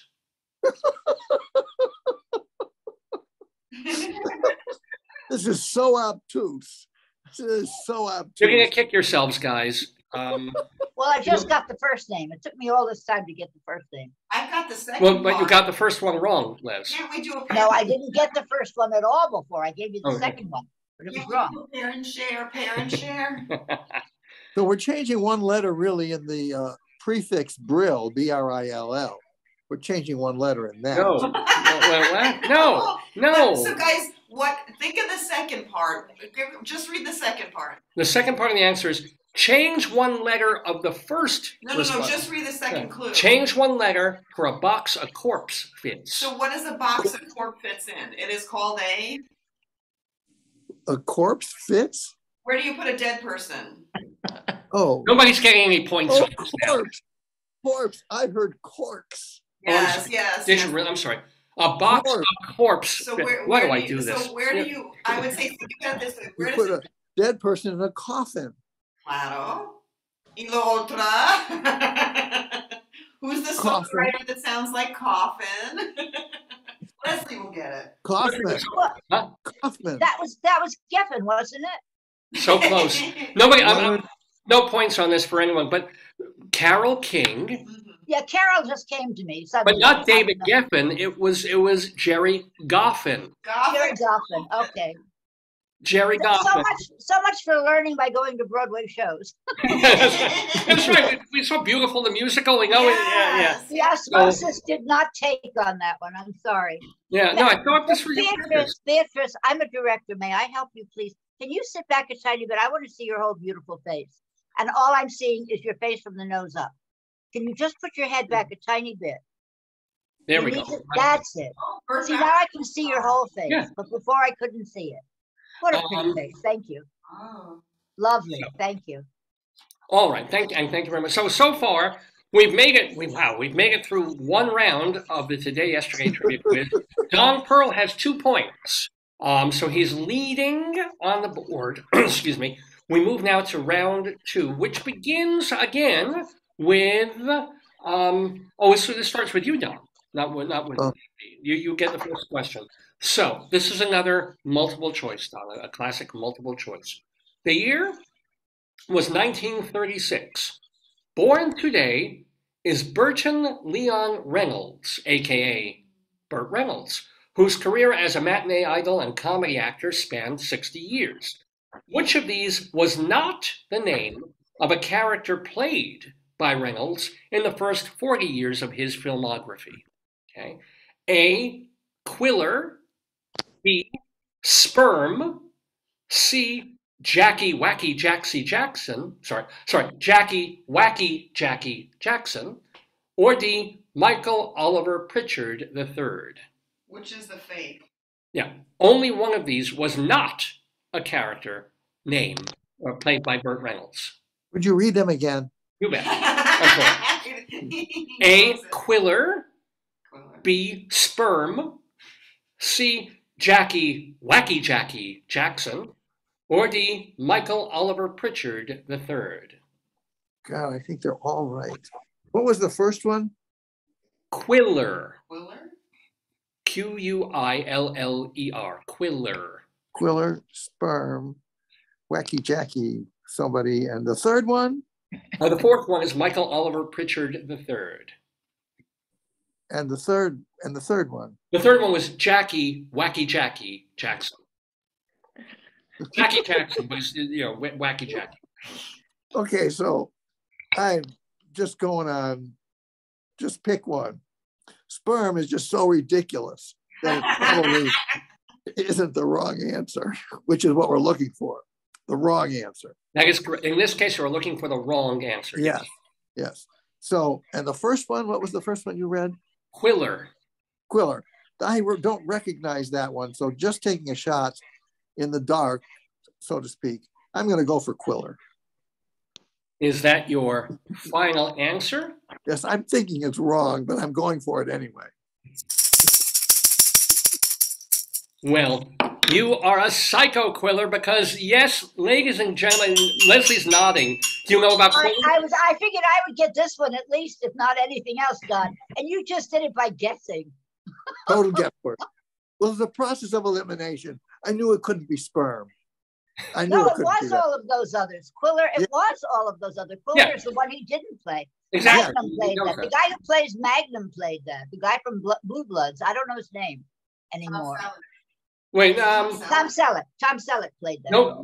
Well, you are almost. By the way, Don, you get the 2 points. You are correct. And Leslie, Quiller was Michael Caine? 1966 British spy film with a screenplay by Harold Pinter and starring George Siegel, with Alec Guinness and Max von Sydow were in it as well. I was thinking of Quiller Down Under. Wasn't there a movie called Quiller Down Under? There was something else Down Under. Quigley. That was Quigley Down Under. Yeah. Okay, so I would have been right for the wrong reasons, but good work done. Now, where did and no points for this, but where did Burt Reynolds play Sperm? Some biblical epic. Some biblical epics. No, he was head Sperm in Woody Allen's. Yes. Oh, Yes. He was in that, of course. No, he was there. He was in the. He was wearing it. Yes. They all wore those white onesies. That was so cute. And the other characters were Wacky Jaxie was in a forgotten film called Mad Dog Time with Ellen Barkin and Richard Dreyfuss. And then he played Michael Oliver Pritchard III in Peter Bogdanovich's flop At Long Last Love. So there you go. Yes, with that wonderful, beautiful. Well, Sybil Shepherd, was it? Yeah. All righty. Here's the deal. Our next question goes directly. And by the way, Don, you are in a commanding lead at the moment. You're on fire this morning, Don. Yeah, on fire. Oh man, taking an acid. So here's the deal. B. This is kind of tough. B gets stuck with. Why don't you switch it around? Are you sure? Yeah, it's okay. All right, tell you it's what. Hard enough. It's hard enough. That's what she said. So B, I have a question for you. Fair enough. B, this is a multiple choice question. It's just a typical multiple choice question, just like the others that we've been doing. The year was 1975. So on February 11th, 1975, a year before Omen and 3 years before the first Superman, director Richard Donner directed a TV movie about teenage addiction. It was called Sarah T. Portrait of an Alcoholic. Among the stars were Larry Hagman, William Daniels, and Sarah T. herself, who was played by which young actress? Was it A, Melanie Griffith, B, Helen Hunt, C, Linda Blair, D, Valerie Bertinelli? I'm not too familiar with any of that. I'm not a film fan. Would you just repeat it again? I know the question. Would you just repeat the names, please? Who played Sarah T? Was it A, Melanie Griffith, B, Helen Hunt, C, Linda Blair, or D, Valerie Bertinelli? I'll just choose one because I'm not familiar with either one of them. I'll go with Helen Hunt, was it? Helen Hunt, is that your final answer? That's my final answer. As Red Skelton once joked, someone lost her pocketbook and now we have to go to Helen Hunt for it. But ladies and gentlemen, that is not the correct answer, I'm afraid. She was not Sarah T in the movie. So I'm going to roll the die and let's see what comes up. On number 3 again, that doesn't work. On number 4, somebody had number. Did Don, were you 4? Or I was 5. Oh, so we don't have someone 4. We have 6. Leslie, I took the liberty of assuming you would be number 6. So that's okay. Yes, thank you. I always try to be number 6. Okay, so I know all of these actresses, of course. Melanie Griffith still had her own face back then, but I don't believe she was much of an actress in the early days. And this would have required a real actress.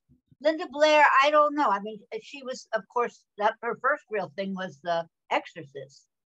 Now, I don't know whether this was before or after The Exorcist. 75 would have been after The Exorcist. And Valerie Bertinelli was just so cute. She was she wasn't the flying nun, but she just was cute. I remember, she was Touched by an Angel. That's what she was cute in. Okay, so I'm going to go for, given the acting chops, Linda Blair might have been too old. Shoot. I don't know. Now I have to think of their ages. Melanie Griffith is the oldest, I think. All right, I'll go with Valerie Bertinelli, even though I think it's wrong. Is that your answer? Yeah.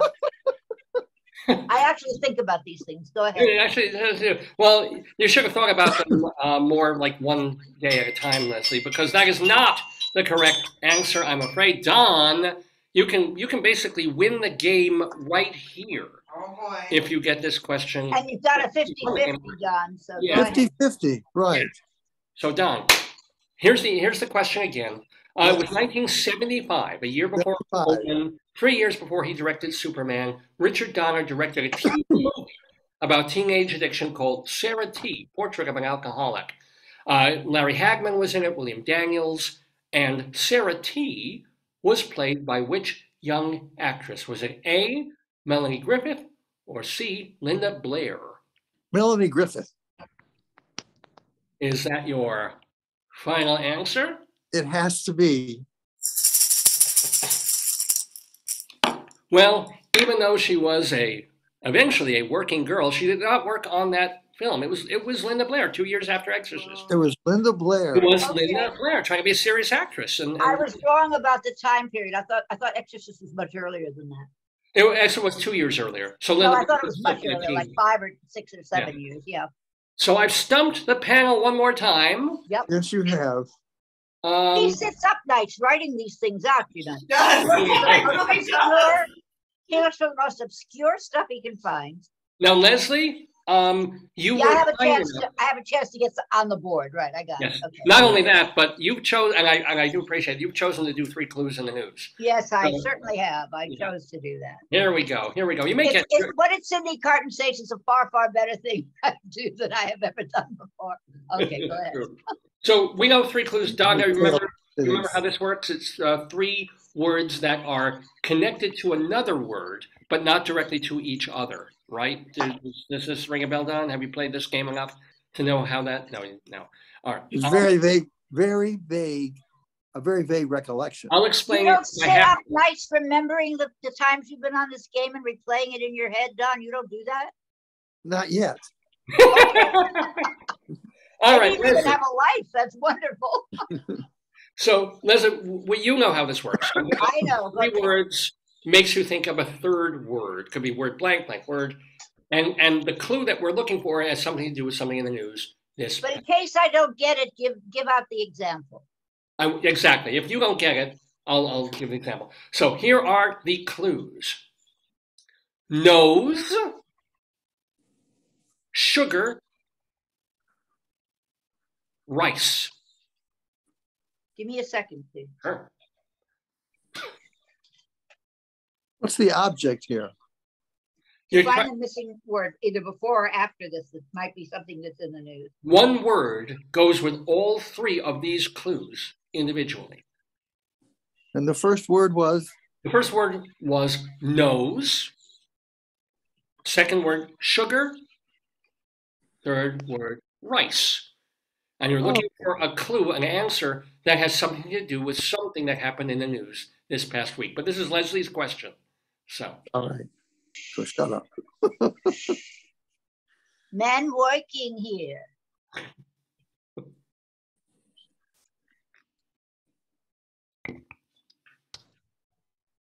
Right.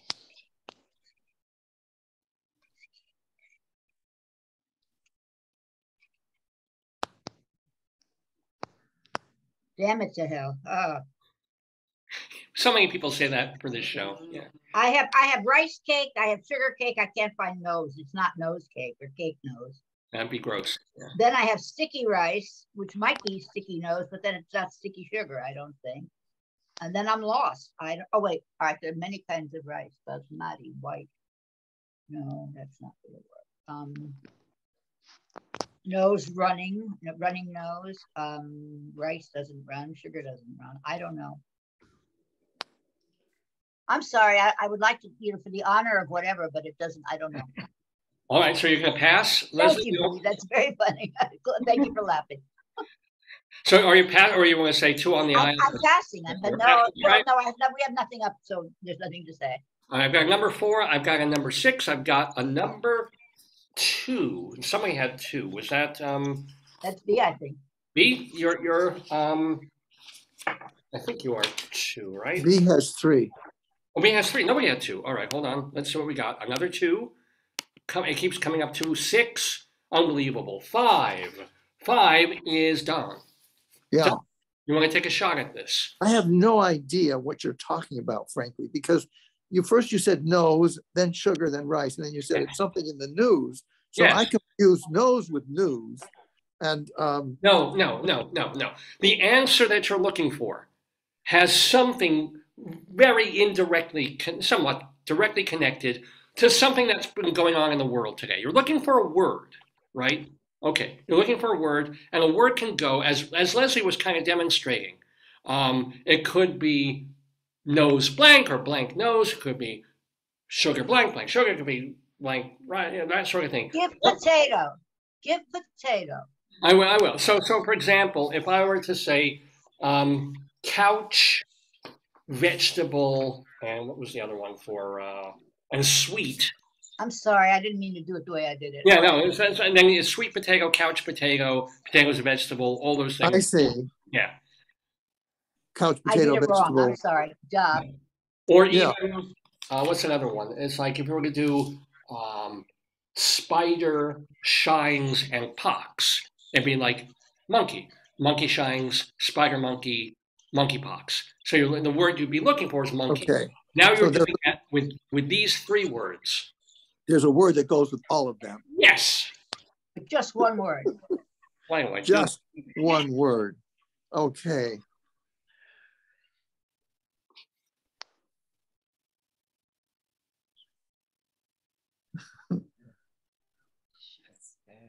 Okay, I think I know. Aha! I think I know something. I think I'm going to go with a color brown.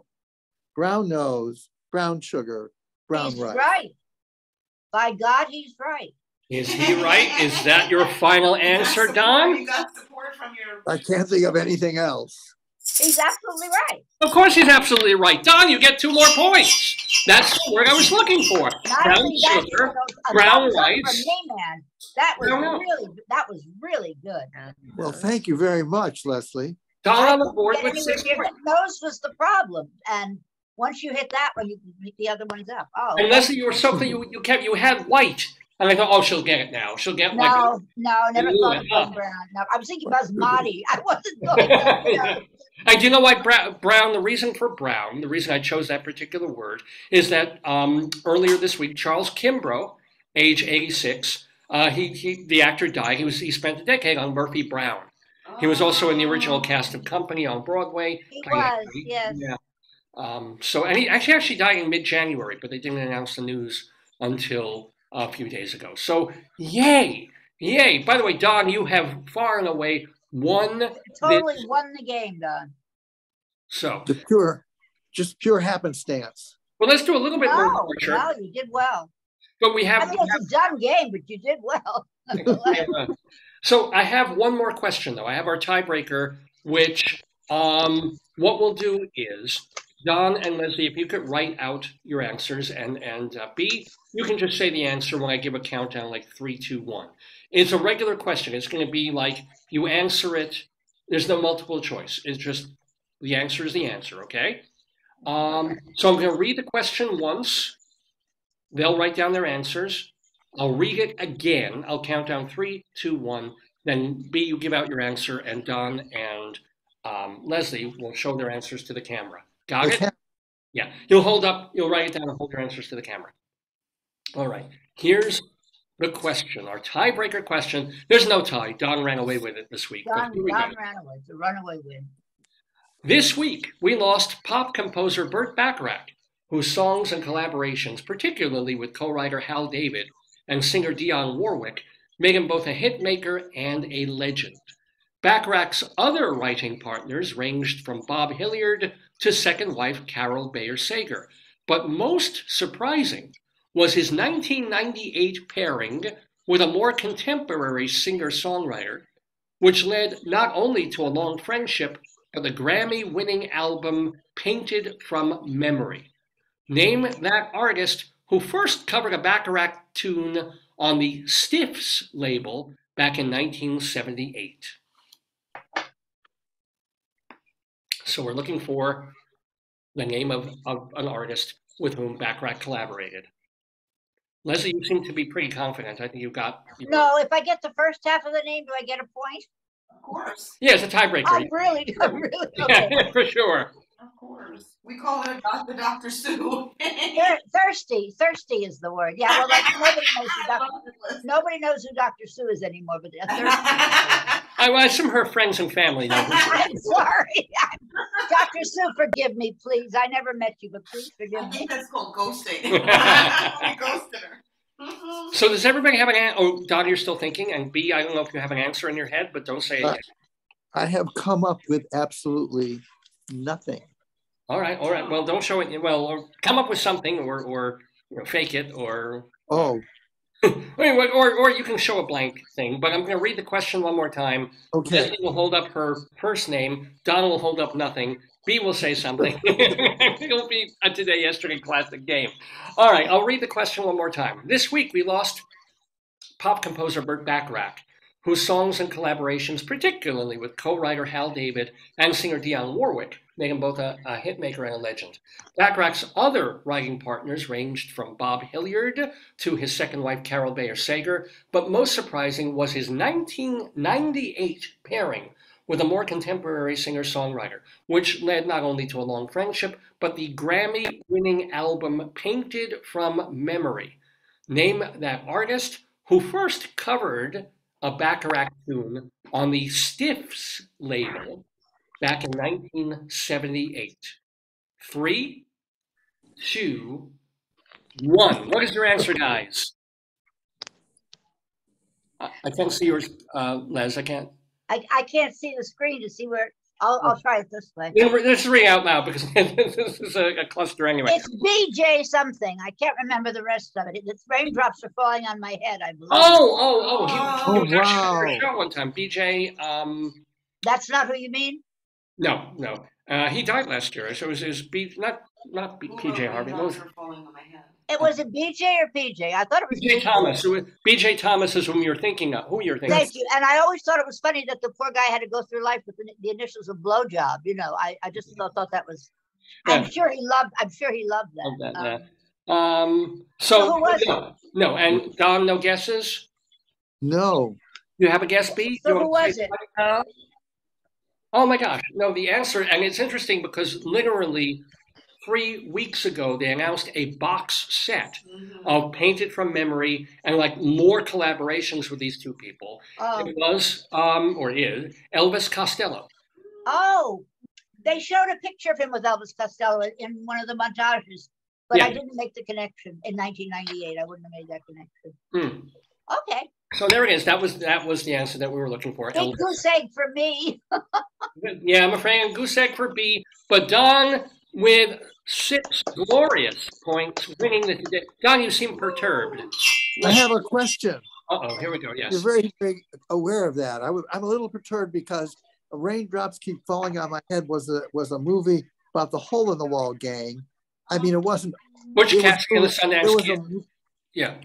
It was a song that was in that movie, but I can't remember the name of the movie. Butch Cassidy and the Sundance Kid. Butch Cassidy and the Sundance Kid. Right, yeah. Yes. See, that's what I'm doing today, John. I can remember some part of something, but not all of it. That's the problem. Thank goodness we can look them up on this magic box we have. Well, yes, we're not allowed to during the show, and my magic box is up in front of me, so I can't do. You'd see it if I went like this, you know. Well, yes, it'd be a dead giveaway. It has been delightful having you on this magic box in front of me on Dave's Gone By. Let me do some thank yous. First of all, first and foremost today, thank you so much to our new friend of the Daverhood, Bea Franklin. Let's everybody, 98-year-old Bea Franklin, in just a week or two, is going on a friggin' cruise to the Bahamas. Good for you. With her family. Are we invited? Yeah. Hello. So Bea, I know this probably was an insane hour or so for you, but I hope you had some fun. I hope you enjoyed talking to Rabbi Saul. Did you? A great guest. Yeah. It was a lot of fun, and I thank you for calling. Oh, you're so welcome, and thank you for being with us. Thank you to Don Perl. Don, have you written anything recently for the Greeley Tribune? Yes, I have. A number of things, actually. Shall I tell you very briefly, or shall I just say yes? I'm gonna let B go. Bye. Thanks, B. Tell Thank you, B. So there was a big uproar at the school board meeting, maybe a month ago, whereby the foot soldiers of this incredibly toxic movement in the United States came forward and disrupted the school board, shouting about these books should be banned. It just absolutely disturbed me, among many other people. I was very disturbed. So I wrote a piece about that, about the breakup of the school board by this group of, they're just parents, and I say just because they are foot soldiers, for a bigger movement, which really wants to, which is authoritarian and wants to take over. They're very, listen, they're very well organized, just like the brown shirts. They're there, you know. Exactly. And so they have, let me say, co-opted these parents who really don't know what they're doing as their foot soldiers to break up school board meetings. So this incensed me. And I did write a piece about that not too long ago. Well, good. Yeah, did anybody write letters in about it or anything? Yes, there was a lot of feedback from that, thanking me for writing. And the next school board meeting was a little bit more sedate, although we had hundreds of people. No, I would say almost 100 people attending the meeting. Which is that was a positive. Cool. Yeah, that was a positive, let us say, good result. The whole idea is you have to stand up in a room when somebody makes a remark of any kind that you don't believe in. You can't just let it go by anymore. I mean, yes, history has taught us saying, well, you know, that's funny. It's not anymore. No, it's ugly. Right. It's ugly. No, you're right. You're absolutely right. But this is the threats that we are facing in this century. Oh, I'm so scared. I won't be around maybe to see the outcome of it, but man, I am so frightened by it. But aren't you hopeful? I'm at that point where I'm coming up from not being hopeful, sort of like a little step at a time, like that, like a little spider. And I'm getting to hopeful. But every time I get to hopeful, somebody picks up a magazine and squashes me, you know. So I mean, I've lived long enough to see that happen over and over and over again. Yes. I'm hopeful because, well, for many reasons, but one of them is that I have connected with Tom Hartman on Free Speech TV. Oh, he's an amazing journalist. Not the priest, Father Tom Hartman, a different guy, right? No, he's a journalist. A journalist, okay, yeah. Yes, he's written a number of books exposing the underbelly of the corruption of the democracy that we live in, an alleged democracy. But he is very hopeful. Really? So, yeah, Tom Hartman, he's so basically he's an idiot. Just kidding. No, but what I'm happy to hear, Don, is it's one that but see, if you two get together, it's preaching to the choir. What you did in the newspaper was very brave. You went out and you took these people on head on. I mean, I don't know who reads your newspaper. Don has been threatened for yes, I have been. He said and done. He has received actual threats from people, including me. Oh, no. I remember you criticized something that I wrote, and I was going to bring a sledgehammer to the next. You know who loves him? You know who loves him? But Potato loves you. Potato loves you, Don. Potato loves you, Leslie Hoban. Let me remind people that Leslie Hoban Blake is the co-star of Two on the Aisle, the theater review show with Charlie Gross. Co-host. Now you haven't been. Are you going back to the theater? I don't look. I just got out of bed on Wednesday. Okay. Who's the lucky guy?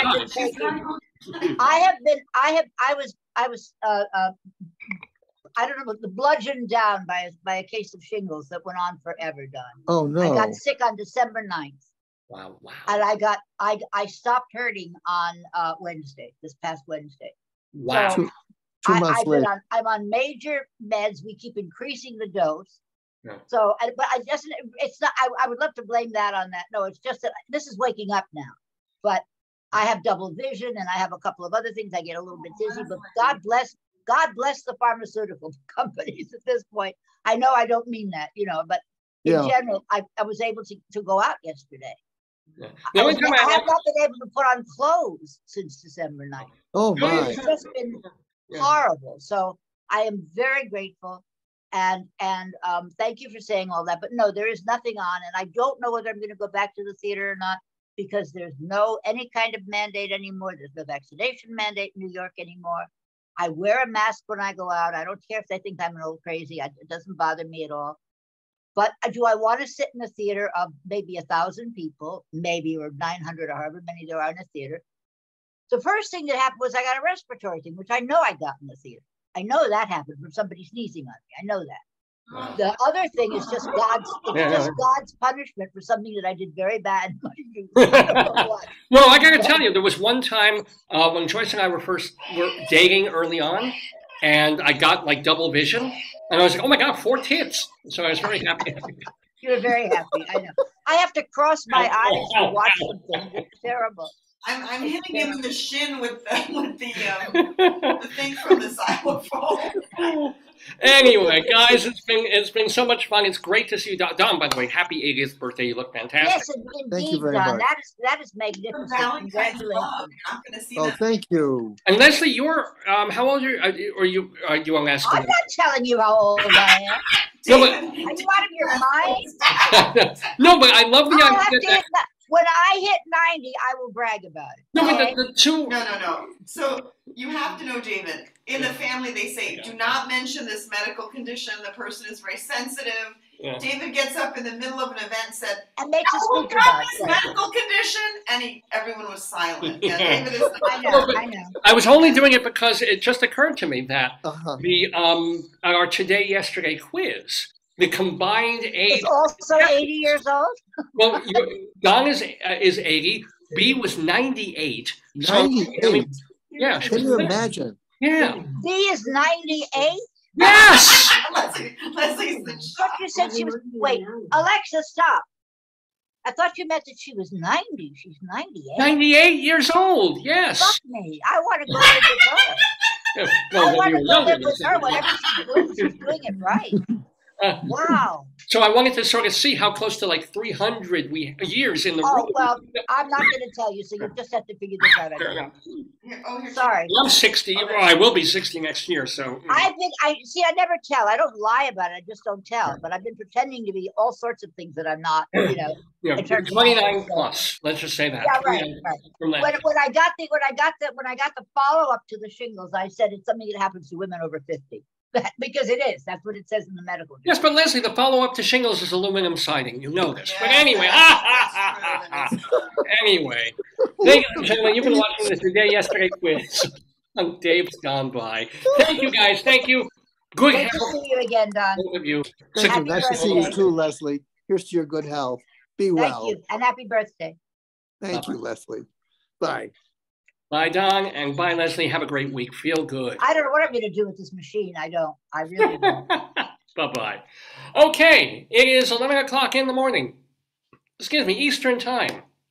And you're watching me, Dave Lefkowitz, on Dave's Gone By. It is Saturday, February 11th, 2023. We're doing our 881st episode of the program. We're calling it BEA HIVE. BEA HIVE, because, you know, of our brand new friend, Bea Franklin. Yay, yay, yay. If you missed any part of the conversation, the wonderful chat that Rabbi Saul Solomon had with her, remember that you can always watch for free our archives. Leslie. I'm glad she joined. I'm like, Leslie, please join. We miss you. Yeah, right, yeah. Did she win?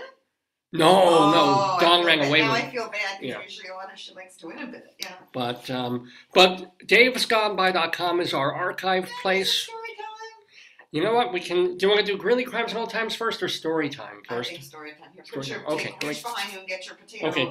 This is very, very, very, very exciting for us. I mentioned earlier in the show that years ago, back when we were doing the program on UNC Radio, the radio station of the University of Northern Colorado, there came a point when sometimes I would just take 10, 15, 20 minutes and read from a book that I found amusing or weird or fun, that started when I found a book literally in a gas station.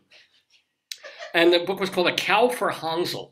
And it was literally about this pre-Nazi era, pre-World War I, German rural boy with a very poor family, and all poor Hansel wanted to do was make enough money to get a cow for his parents so that they could have a farm. Good son. And we read the book cover to cover. I don't know. I guess we gave the book. It probably went in the garbage when we moved. I wish I still had A Cow for Hansel. But and we read some other stuff. In your memory, that's okay. But ladies and gentlemen, I am thrilled to say that earlier in the week, Joyce and I were passing one of these free book birdhouse things that they have on the street, and found this book, Brave Potatoes, by Toby Speed and Barry Root. So we're going to read from the magnificent book Brave Potatoes in put it like a cave. StoryTime. Did I ever have a theme for StoryTime? No, I don't think I did. I just sort of. Do you want help? You're kind of. I'm going to need some. Oh, hold on there. Hold on. I need my potato kente cloth. No, you can stay there. Oh, my head. Oh, my brain. Here, just one moment, folks. This is going to be worth it, I can tell. I've been dying, thank you, to read this book all week, and I waited. So I really don't know what happens in the book. It can be absolutely filthy. Okay. Wait. Oh, wait. Okay. God, I look like a human egg. Now I feel like a woman from Nigeria. Hold on. Oh, I like this.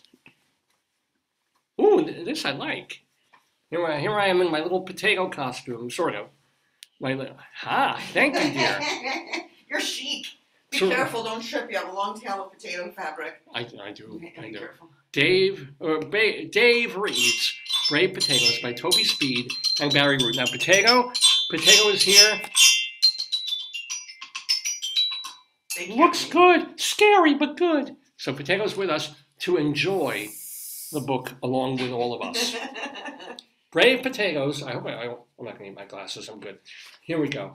Tell me where they are. I can fetch them. Published by G.B. Putnam and Sons. When was it published? 1970?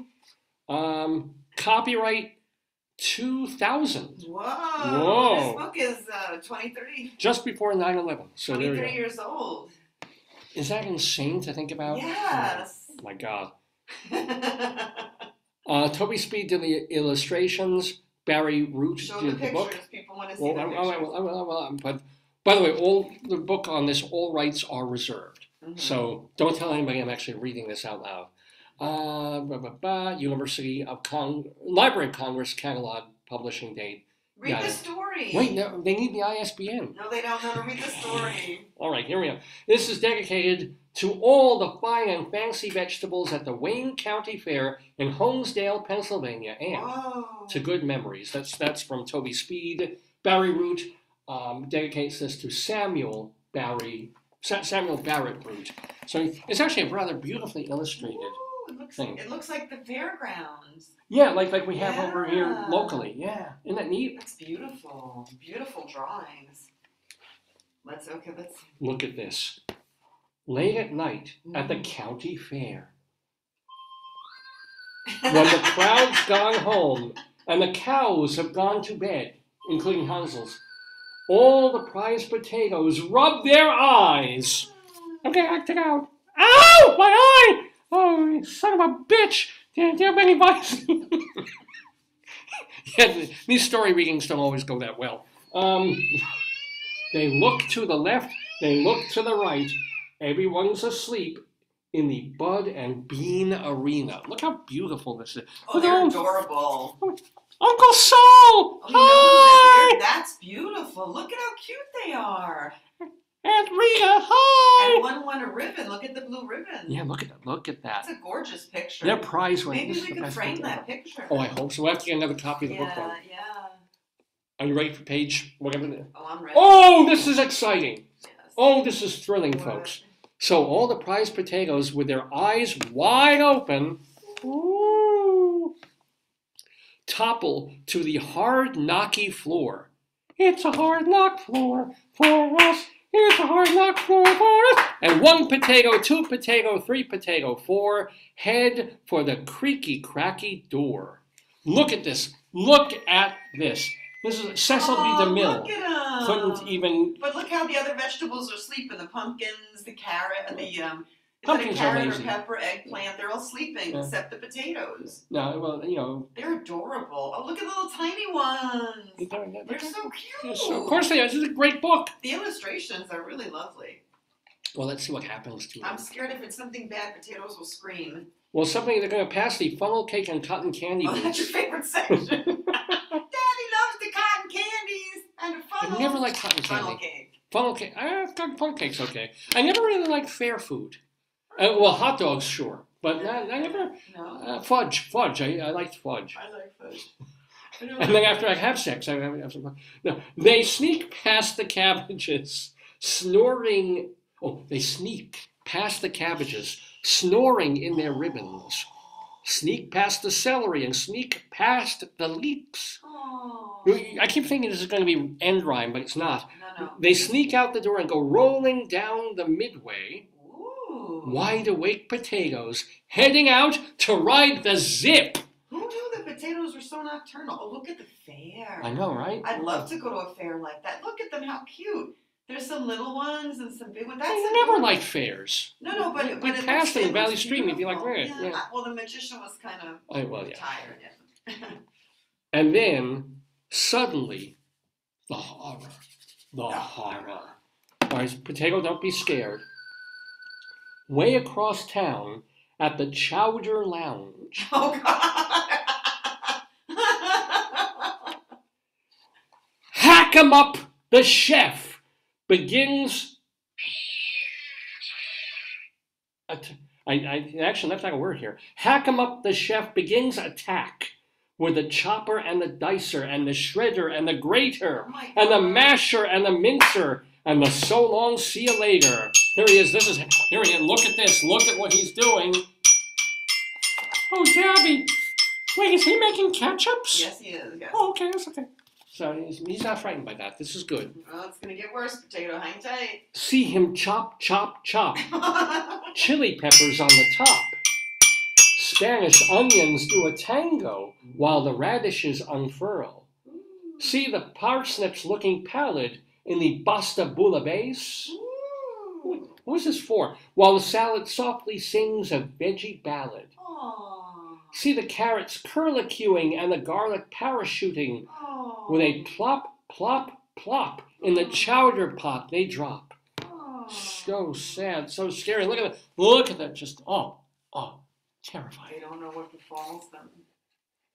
We move it's forward. Good the other tomatoes are sleeping because this would have been traumatic. For his soup, for his stew, for his chowder and his brew.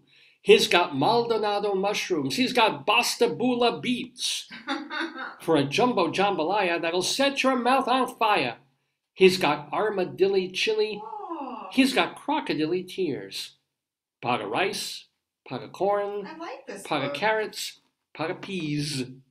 Bada bing, bada boom.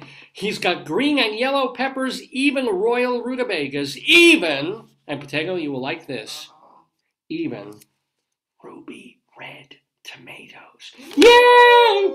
I love hymns. Well, he doesn't seem to love them. He doesn't seem like a happy guy. He's got a lot of books.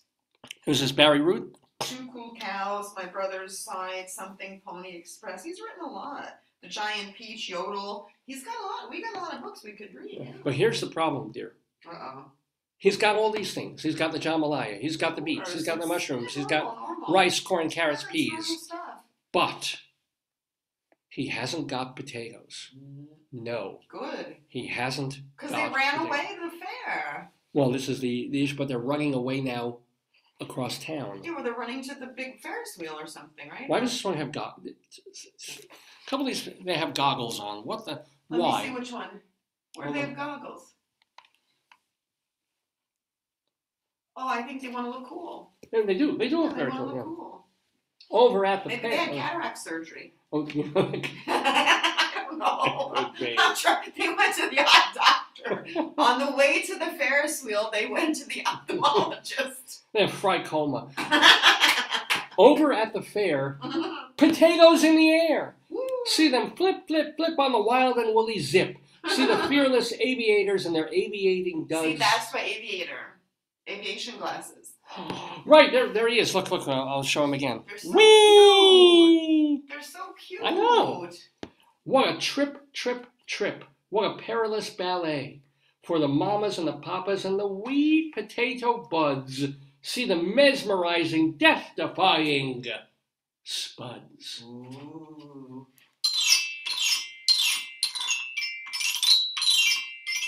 Oh boy, this is now, and it's kind of anti-French. But here we go. I think I see. I think I spy. This is in quotes. This is the chef with binoculars, spinning spuds against the sky. Future hash and curly fry. Oh! Future chowder, future chips, future gumbo a la zip. Snap them up and let them fry. Snap them up and cook them quick. Off goes Hack-a-Mump with a bag to pack 'em up. Are you scared, Potato? Is that a bottle of ketchup there? I think you're missing. It doesn't look like a restaurant of that ilk would have a chef. You know what I'm saying? It looks like a greasy spoon diner with like a chef. It's like a place Tom Waits would hang out at 2 o'clock in the morning.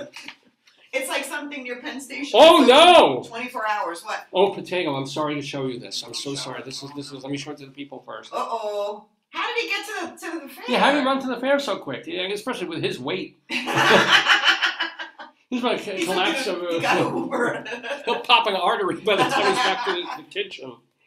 Have you heard the story yet of Idaho and Juliet? Oh. A spud by any other name is still a spud and tastes the same. So come to me, my little friends. Tender roots with tender skin, and I will tell you how it ends for Romeo and Julienne. Get it? That's a potato, but that's clever. That's funny. One by one he nabs them. One by one he burlap bags them. Oh. It's the last stop for potatoes. Yes, He's going to get the ones that run slow first. Basically, yeah. You know, get the retarded ones, basically, pretty much. This is so terrifying. Get in line, potatoes. Now the end is near. The cabbages are quaking. The onions are in tears. Better follow orders. Prepare to meet your fate. It's too late to be anything but dinner on a plate. Oh no. Gabby, I think I weed myself. I know, you're not a weed potato. You're a fruity vegetable. Horrible. But potatoes never listen. Potatoes have no ears. I'm reading this. It spared them. Maybe it spared them. But they know something bad's happening when they see a pot of boiling water. Well, think about it. What were they doing at the fair? They were going in the Ferris wheel. And they were being all acrobatic and stuff, right? Oh, are they? Are they like, like Cirque? They're like Cirque. See them flip, flip, flip. See them do a double dip. See the fearless aviators and their aviating duds as they roll, roll, roll. Brave potatoes, 40-fold. Whoa! Look, they're doing some kind of cheerleading. Yeah. Look at that, like an inverted pyramid. Wow. Well, he's not even concentrating. Why don't they have a parachute? That's not going to end well. Yeah, it may not end well for the chef. Uh-oh. What? Brave potatoes in formation. Brave potatoes in a troop. Now they've got the chef surrounded. See the chef go alley-oop. Uh-oh. Oh, yes, here we go. Look at this. The chef's crying. Well, they're going to push him into the... I hope not. He's going to drown and burn to death. Look at the size. Oh, well, the pot is bigger than the chef. And notice that they're pushing him from under his tuchus. So, yeah. This restaurant is the size of like a boxcar, a train boxcar. Yeah. It's a diner, yet he has a kitchen that's big enough for 2 hot tub pies and cauldrons of soup. Because that's the first thing people get in a diner is soup, right? Well, not a hamburger. Yeah. Well, here, oh my God. It's a puzzle where he's landed. Would you care to taste the soup? It's like Swinging Todd. This is horrible. Unbelievable.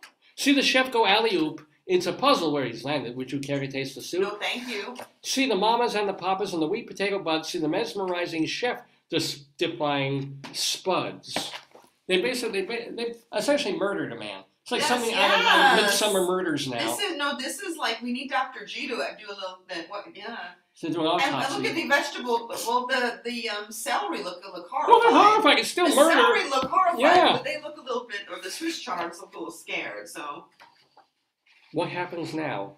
Oh dear! All the other vegetables hop to the floor. The ruby red tomatoes and the green and yellow peppers, the spinach and the scallions, and the sweet Vidalia onions, and 1 potato, 2 potato, 3 potato, 4 lead the way to the door. Notice, and they're taking the terrifying chopper. Oh, we don't have that. Yay! Wait, look at this. There they go, ladies and gentlemen. We don't have the knife on it. Like that. So this is I don't like that they're taking the knife. Potatoes are pacifists. Our potatoes don't like violence. I don't like that. First of all, there's no grieving for the vegetables that the guy already cut up. Yeah, but then they dumped them in the vat and they have to taste it and that's... Yeah. Oh boy. And now the mantra. Potato, would you like to read this? Yes. He can't read, David. He can't read. I'll whisper to him. Okay. We will never be pot pie. We will never be potluck. We will never be frittata. And people who try to kill us can go No, that's not what I said, potato. We will always be potatoes. Potatoes to the finish. Potatoes to the end. We will always be courageous. We will always be potatoes. Look at them marching forward in formation. Glorious, glorious, homicidal. Yeah, but, okay, so I have several problems with this. Is this the end? There may be one more page, but I don't think so. I think this is...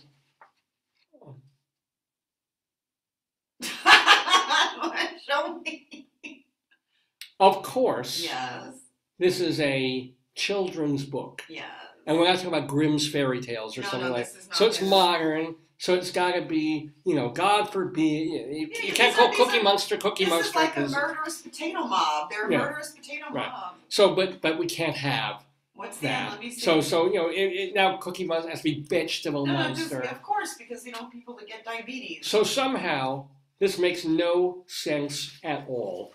We see the last image. What's he doing? And it's the chef. Putting up a sign that says "Closed Dawn Fishing."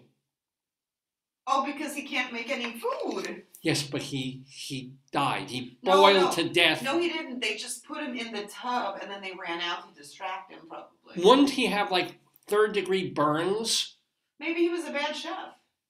Oh, and he David, he's wearing a chef's hat. Yes. Working in a greasy spoon. Making 2 hot tub vat size of soup. Yeah. His restaurant will not do well. I know. I would try his bouillabaisse. I mean, he's eating all the things you eat in your salads. Can I tell you something that's a problem? So what would be a problem? I understand you read this to children, but it's not going to be successful because most parents, like children, love French fries. They love a lot. That's like a staple, right? A lot of people who have children, they say it's like spaghetti that's not whole wheat. Yeah. They say chicken fingers. They say French fries, hamburgers.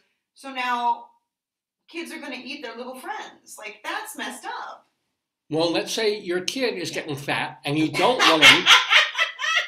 You'd rather have them eat something else. Yeah, but that's horrible. But the problem is all the vegetables escape. Even me as a vegetarian, I would eat a potato. Oh, yeah. You would what, Mommy? As a joke. Ha, ha, ha, funny. Not funny. Not funny at all. You guys try lifting me in the bathtub, I'll dare you. Oh, man. So, ladies and gentlemen, that was the book Brave Potatoes by Toby Speed and Barry Root. What did you think of it, Potato? Were you thrilled? Were you chilled? It was lovely. I had some weed and I'm kind of baked. That's a potato joke right there. Oh, Brave. It's 2 o'clock. Does it? It's 2 o'clock. No, it's not. But It's 11:22, honey. Yeah, Brave Potatoes. Come to think of it, Potato. So I thought it was brave of you to listen to the story. You were kind of distracted by the ketchup bottle in there, those beautiful fresh tomatoes. Slice, dice, slice. Potato, how can you be for the slicing and killing of tomatoes and yet be so against doing the same thing to potatoes? I'm a Republican. That explains everything. All right, ladies and gentlemen, it is 23 minutes after the hour of 11 in the morning, and you're watching Dave's Gone By with me. Yes, under this beautiful festive, spud-like garment is me. And so, it's our 881st episode of the program that we still have a bit more to do. We have our Colorado Limerick of the Damned, and we still have a couple of Greeley Crimes and Old Times. Now, Greeley Crimes and Old Times is something that we've been doing. It has to do with actual stories, actual things that were in the Greeley Tribune newspaper, either 100 years ago, and we look at them now and they're kind of funny, or there's something called Cop Log, and they were doing this every week in the paper, where they would take the weirdest, most ridiculous phone calls that would come to the local police department. But they're not like serious. They shouldn't be. They're just like odd. Well, they're serious at the moment where the person's calling in. But police and most agencies have like non-emergency numbers. Like these are things that you could deal with. It's like no, these aren't necessarily people dialing 911. They could just be calling local. It's not emergency. So, we mix these up, and we create Greeley Crimes and Old Times. Now, I'll play the music, because that's such an important part of the scene itself. Here's a little bit of Tom Waits.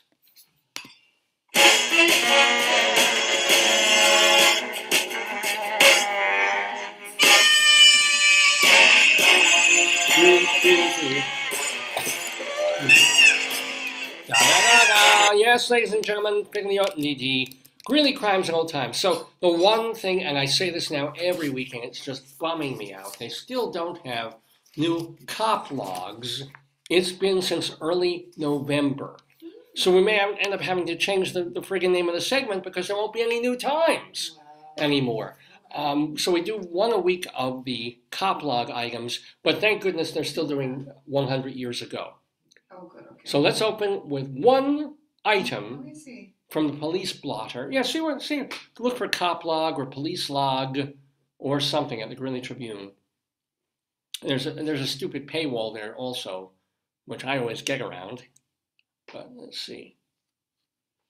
Let's see what's coming up. Like, yeah. Yeah, there's one from 2022. That's the latest one I see is October 22. October yet? Yeah. Yeah. The latest one you have October 27. No, I think there was one in November. But I mean, it's like nothing since we're in the middle of February now. It's really upsetting. And I've got to write to that woman at the Trib again and say, hey, wither cop log. This is, why are you letting cop log wither? Now they're doing something like crime and public safety. It's different. Was it funny? No. It's like Sheridan officer acquitted, affidavit victim. Two skunks test positive for rabies. Okay, that's got something. But this is like crime and public safety. Maybe they changed it. Maybe, see if there's anything funny in there. I don't think there's anything really funny. Well, the skunks testing, that's cute. Yeah. A Greeley teen sees an older couple during a house fire. Yeah. The skunk one doesn't pass the smell test? No, nothing? No, there's not a lot of... Yeah, poo. I'll see the skunk one. That's like the funniest one. But there's not funny. It's like just, No. All right, here we go. A caller on 7th Avenue said that a man was running around in his underwear and saying weird things. Wasn't that just me on last week's show? Thank you so much. All right, now let's get to some old times because I'm saving all the cop log things, man. Maybe they switched it for that new thing. They probably morphed it. Maybe the person who did it or wrote it or did it didn't get it. Well, that's stupid. It's awful. They're missing a reason to read the Greeley Tribune, All right, this is from 100 years ago. This was in the newspaper back in 1923. 8 coal miners from Frederick. This is fantastic. They were arrested this week, 100 years ago, for shooting guns in their mines. Wait, in their mines? Their miners. Oh, I thought you said their mines. I was like, I don't think that's illegal. Like, they wouldn't do this in Pennsylvania. It's like, they were arrested for shooting what they would do. It is illegal to fire gunshots into the coal walls to loosen the coals. Really? Oh, like dynamite. It makes sense. Like you fire a thing and lose. Why? Because too many miners have been injured by bullets ricocheting off the walls. Off the walls. That makes sense to me because everything's moving around. Yeah. It's like, yes, welcome to Pazuski's Polish coal mine. You're fired, it's loosened, and then you'll go to hospital for 3 weeks at work. Yeah, but let me tell you something, David. If I was going to die of black lung, I'd rather get shot than die of black lung. Oh, true. Good point. It's not a good... Miners don't have the most fancy, life thing, so... And please, let's not be racist. It's African-American lung disease, please. No, it's horrible. Well, no kidding, yeah. Across America, law agencies are seriously considering a different punishment for drug dealers. Instead of remember, this is from 1923. Oh. Instead of locking them up in jail, lawmakers are suggesting that drug dealers just be lashed on the street by a strong leather belt. Police said other drug dealers, after seeing these strong lashings, would refrain from dealing. I think a lot of people who had fetish stuff would probably do more. Yeah. It's like, well, I wasn't going to sell drugs. Today, Mistress Lamina. That's right. Give me some of that opium. Is your tea hot enough? Yeah, no, I'm fine. Okay? Oh, that's a heroin win, if you know what I'm saying. It's very weird. You never know. Like, sometimes these intervention things are kind of odd. Oh, yeah. Now, I have to preface this by saying that Brush, Colorado is a piece of shit town that I was in for about an hour or two about, I guess we have to put it 4 or 5 years ago. I was desperately looking for a full-time job. and I interviewed at a high school there for a teaching position in English, and figured I'd be a lock because it's frickin' Brush, Colorado. And they went with someone else. And meanwhile, I was in the town. It was about an hour from where Joyce and I were living at the time. And if I tell you, the town had nothing. If I tell you, the main street, I joked about this on the show. Afraid you wouldn't stay if they hired you. No one should stay. Well, the thing, maybe I saw the wrong part of town, although I was on Main Street. And Main Street, now granted, we're talking about, and this is post, like, the George W. Bush recession. This is like things that were coming back across America. But this town, you weren't with me. I was there. The statistics on it. I was going to, you make it sound a lot better on the internet than this place was. Brush, Colorado thrift store. They got a thrift store. Bro, that was the joke. That was the thing. I went, I parked, I got there. Papillon Elite. What's that? A craft store. I don't know where the hell that was. Maybe that's new. Because I'm already going back 4 or 5 years ago. So I'm killing time before my interview. So there's a diner kind of down the way that's closed because they weren't open that day, and I didn't have time to eat anyway. And then I'm walking up Main Street, and it's basically closed store, empty, abandoned. Statutory city. It has to do with the legal things. It's not incorporated or something. And the one thing, there's one big store, it's a thrift store. So I go in, and I love thrift stores. I enjoy them a lot. I go in, and this one's fine. It's a typical thing. It's like, paperback books from 1971, and women's clothing, and everyone working there. Everyone working there is like Down syndrome or retarded. It has a rodeo. Yeah, and everyone working is Down syndrome or retarded. Literally, and I'm not making saying something nasty. This is part of the thing. That's why they're hired. And I remember like a woman at the counter, like counting up change, and the only way that she could do it, because she had eyesight problems, was they had circles on the table. Wow. So if it was a quarter, it went into this circle. That's so cool. Yeah, but I was like. And I remember coming out of that place, at least being able to kill like 15 minutes, and then asking somebody, and they said, well, have you seen our downtown? And I'm like, I think I did. I said, oh yeah, they've got the thrift store there. And I realized I had just seen the highlight of Brush, Colorado, which, granted, like most of Colorado, still had its charm because it's 20,000 people. It's almost 30,000 people. I don't know, because when I got to the high school, it was a real high school. And there was a band room, and it looked like a normal. So there's probably a whole other part of Brush that I did not see that was not a disaster area of ghost town, like post American recession sort of thing. But what I took away from being in Brush for about 2.5 hours of my life was like, this is not a place I would ever want to work or be. They didn't want me. I don't want them. What kind of town is this? And I prefaced this in order to give you a little bit of Brush news from, it's not old, from 100 years ago. In Brush, Colorado, the Colorado state legislators met to formally introduce a building to be used as a state insane asylum. And the group members were very happy with the location. Now that would have been a fun afternoon for me. I was like, where's the crazy house? Where's show? I'll walk around. I don't want to go inside. I just think, where's the bug house of this town that has literally nothing else going on? And again, if you read about it, there's probably a whole other section. It is the rodeo. Is it rodeo? It's like, well, Greeley had the Stampede, but we had restaurants, we had other things going on.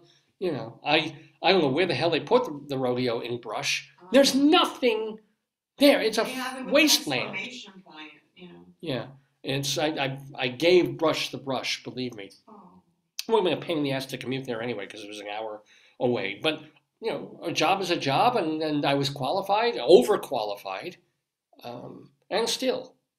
So, they're probably graduating morons and politicians from there as we speak. Anyway, not that I'm bitter. Not that I hold grudges. You're so bitter. One more old time, and let's do some. Let's get to some elsewhere stuff. So elsewhere is, even though this is Greeley Crimes and Old Times, we'll go elsewhere. for some of our news. We'll be far away from Colorado just for some weird news. And we're going actually close to where we were, Nyack, New York. Ooh, okay. This was Fox News got this one. Nyack, New York. Wait, I have a breaking story that I just sent. Please, yeah. Or sent it to me. Where is it? I'm going to right now. Hold on. Oh. Breaking news. I love the New York Post. I mean, it's garbage, but I love the New York Post. This is right now a brand new story on the New York Post. Oh, wait, I got tilted a certain way. My husband won't forgive me for farting in front of him. I'm devastated. This was published literally yesterday. Let's see how they wrote this. It's better not to bottle things up. A married woman revealed that her husband allegedly called her flatulence, quote, absolutely revolting, after only farting once in front of him during their 9-year relationship. The anonymous wife confided in Kid Spot readers, that she was aware of his distaste for inappropriate public displays of bodily functions, namely burping and passing wind. She recalled what else is there? bleeding, probably vomiting, snot rockets. She recalled that one of her friends let out a belch, and he spent their entire trip home rehashing how gross it was. Can you say, what are they, not even phobia, what do they call that? A guy who washes his hands for you? Oh, maybe, I guess like a germ thing, I don't know, that's weird, yeah. After hearing his very strong thoughts on the topic, I made a mental note to ensure my own expelling of gas was done in a very private manner and contained within the bathroom and toilet, or when he was not around to hear it. That's a respectful wife, I like that. That is, until one night her guard was down, and the post-pizza gases came back to haunt her. Lying in bed next to her husband, she accidentally let one rip and was met with a disgusted look. Quote, farting is the most unladylike thing a woman can do. Is it really? Especially in front of her husband, he told her at the time, calling it revolting. She admitted she was embarrassed. It was a fart she would be humiliated by even if she was alone on the toilet. Oh my God! Good God. Wait, she shit the bed? That's a big problem. Oh, this one came with bits of corn flying across the room. This one started a fire in her panties. That's weird. That's so weird, yeah. She was mortified. She finally slipped.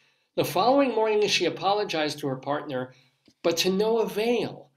He accepted the apology, but since it happened, he keeps reminding me of it in different ways, as if he's teaching me a lesson and making sure that I'll never do it again. She should wear a cork. For example, she added, if they're watching a show or movie and someone cuts the cheese, he'll remind her how disgusting it is by making a disgruntled noise or even talking about how uncivilized it is afterwards. The unnamed wife kept her disgrace to herself till she couldn't take it anymore. Yeah. And she turned to her friends for some advice. Yeah. And instead of suggesting anything helpful, the woman wrote, her outraged friend immediately berated the husband for his behavior. Thank you. Yeah. While farting. Her friend insisted she shouldn't feel guilty about farting. Burping and farting are natural bodily functions for all of us. While I understand that for many people, like my friend, burping and farting in front of their partner is not a big deal, we never do it. For my husband, it is, the anonymous writer continued. Should they have discussed that before they got hitched? I mean, did she never? I guess she went with it. I guess she was like, well, this is his quirk. How do you hold it in? You run to the, you just... Yeah, but she said it was so bad it would have embarrassed This would have been horrible even in, but under the, Dutch oven. Maybe she has Crohn's disease or something. Maybe she needs some Oh my God. God. What more? But holding in farts could cause a stink and land you in the hospital. Oh, is that a medical person or just... One 19-year-old girl held her gas in for 2 years around her boyfriend, earning her a trip to the emergency room due to the pain. How do you hold in Well, I mean, I guess when he wasn't there, she could fart. But there were times when she's together with him for hours on end. How did they go out to eat and stuff? Well, clinicians discovered that her appendix burst. Whoa! Leading the poor girl to believe it was due to her holding in her farts. Maybe. I don't know. I don't think that. Another fearful woman had dangerous gas buildup because she couldn't let it rip, claiming she wasn't on farting terms with her significant other. I like that farting term. I like that. But Jesus Christ. Let's see. Since this is in the New York Post, on most stories that don't involve race, they allow people to have comments. What kind of comments can you have? Thank you, New York Post, for this story. What an exquisite piece of journalism.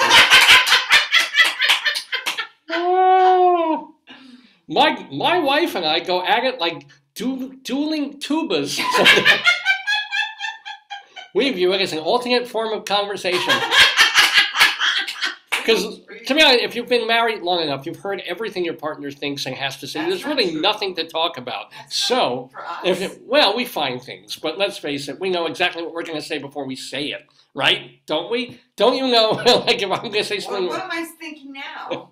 I can tell. What am I thinking now? I can tell. I'm sleeping on the couch. No, what am I thinking now? You want to know what we're going to do for lunch or what we're going to go after this? No? No. Yes! Told you. We're going to go have beans. I'm trying to get to let's see some more comments from people. Lord. I would be more upset if my wife didn't do this. Would make me feel as if she thought she were perfect or something. Even the late Queen Elizabeth, I know it gets political, of course. She farted? She apparently forgave Joe Biden for, he calls him Joke Biden. For farting in front of her, if that's even true, or if the Republicans are just being like... yeah, just like a stereotype or something. Although one person did say the funniest story is that from a Secret Service retiree that the late POTUS Gerald Ford suffered from IBS and would fart nonstop. Oh, no, that's bad. He would actually state Ford would demand for the servicemen to hover around him so they would take the blame to save his honor and respect. Talking about going above and beyond. Oh, no, man. I had a friend who changed from a vegetarian diet to a meat diet. Oh, well, yeah. And she had a lot of problems like that. And even if it was just cheese, yeah. She couldn't prevent it, and it was embarrassing for her. Because, she couldn't stop. I mean, it was like a dietary... What? This is from Andrew here. What, are you kidding me here? I'd be so proud of my wife if she ripped one off every so often in front of me. Lord knows our dog does it. She could blame it on her. I wouldn't care. Remember when we were by one of your old friends and it was the mother's 80th birthday and they had this smorgasbord of all kind of breakfast foods and they had a Dalmatian and we're all in line trying to get food and the Dalmatian goes under the table and drops the bomb. And it smelled horrible. Because that dog used to eat steak. Yes, that dog would not stop farting at me with her. And it was under the buffet table. So it's like, look at all this beautiful food. And then all you smell is processed steak and dog food and disgusting smell. This is absolutely true. This is so true. Yeah. We were in the living room. Why did they move the dog? And I was like, we all were like, oh, it looks beautiful. We're like, oh. Because you would stand at the buffet table getting lox and bagels and whitefish. The animal would want food, so this it would be really around true. the food table. It was fantastic. And it was awful. Because you would be standing there and you'd be getting the food, you'd be fine. And then you notice it, and then one by one down the line, waiting for the table. And it's not just a little bad fart. The dog was...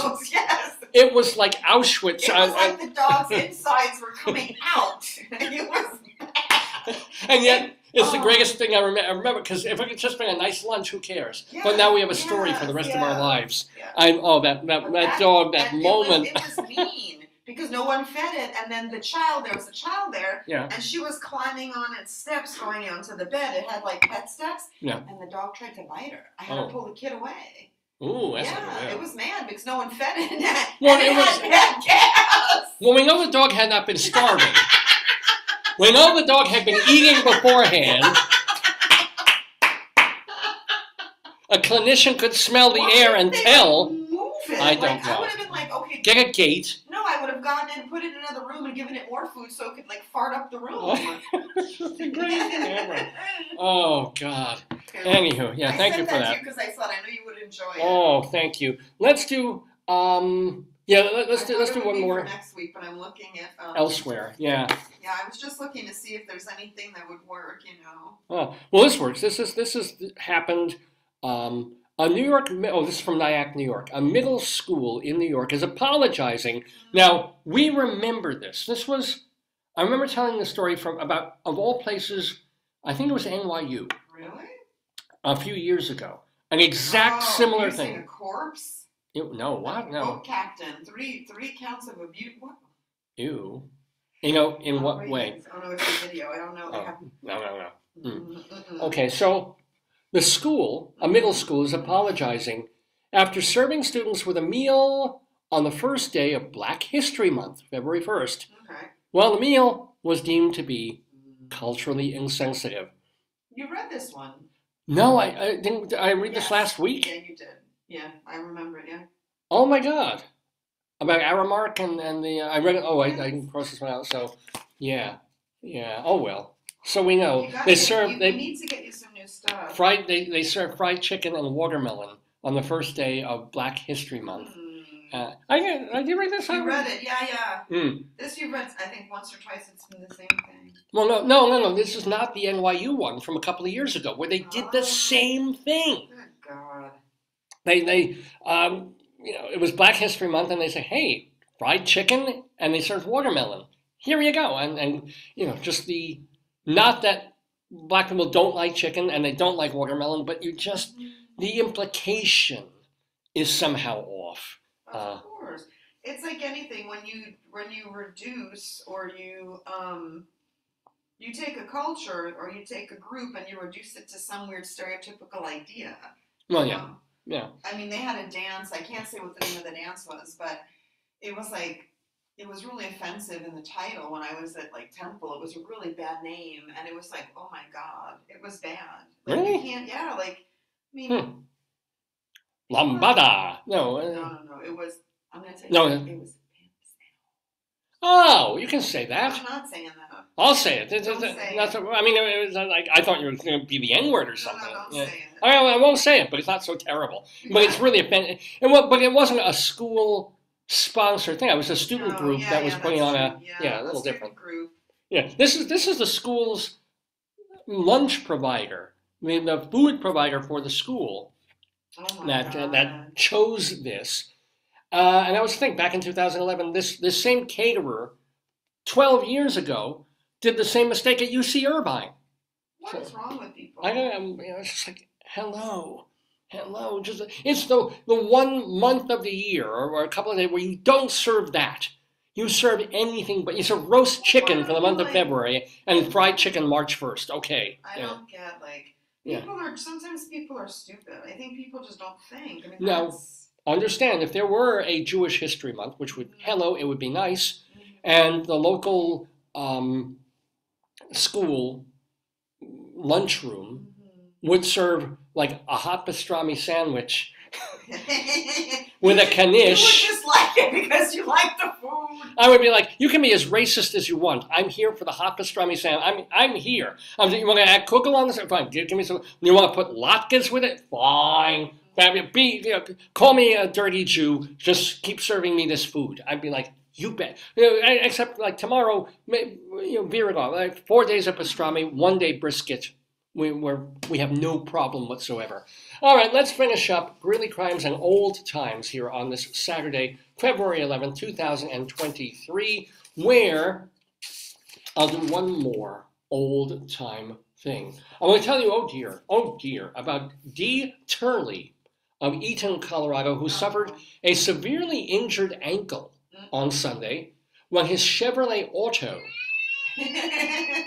was hit. Check this out. His Chevrolet Auto. By a horse? By a freight train. Oh my! So, wait. He got hit by a freight train and all he has is There are people. Well, it's like the chef who gets put in a pot of boiling water and managed to come out and put up a sign that closes his diner. I've never heard that. Like that. That's amazing. And it severely injured his ankle. He said he was watching another train pass in the other direction and inadvertently drove into the path of a slow-moving train. God. He was taken to the Greeley hospital on the train that struck him. Doctors said he may be in the hospital several weeks while his ankle heals. Wow. But can you imagine being hit by a train? Yeah, horribly. But and then it's just like, oh, I've got a bad ankle for a couple. Probably broke his ankle. Oh wow! But that's all that happened. He's lucky. But they say that, right? When it's your time. Yeah, I will say this: as a driver, he was well trained. Oh. And that's Greeley Crimes and Old Times for this Saturday morning in February. Mr. Horace Greeley was no fool. I'm sure that you'll agree with me that Greeley was no fool. What he is getting at is that Mr. Greeley was no fool. Yippee-yi, yippee-yi, yippee-yi, yi-yi, yippee-yi, yippee-yi, yippee-yi. Yes, ladies and gentlemen, Greeley Crimes and Old Times, which you can hear only on this program, Dave's Gone By. Now in our 20th year, we've begun our 21st year, with more than 20 years in the can, and you can open all those cans at davesgoneby.com. Also, you can find our archives at archive.org, our audio archives at castbox.fm, our recent archives right on our Facebook page, and tons of material on YouTube as well. And don't forget, you can go to another website, davelefkowitz.org, to read the stuff I've written, the interviews I've done, the poetry, the song lyrics, the plays and the screenplays and stuff. If you just want to read my crazy, mostly comedy work, just go to that website, davelefkowitz.org. Well, it is still about 8 minutes till noon. We have, unfortunately, our Colorado Limerick of the Damned to do.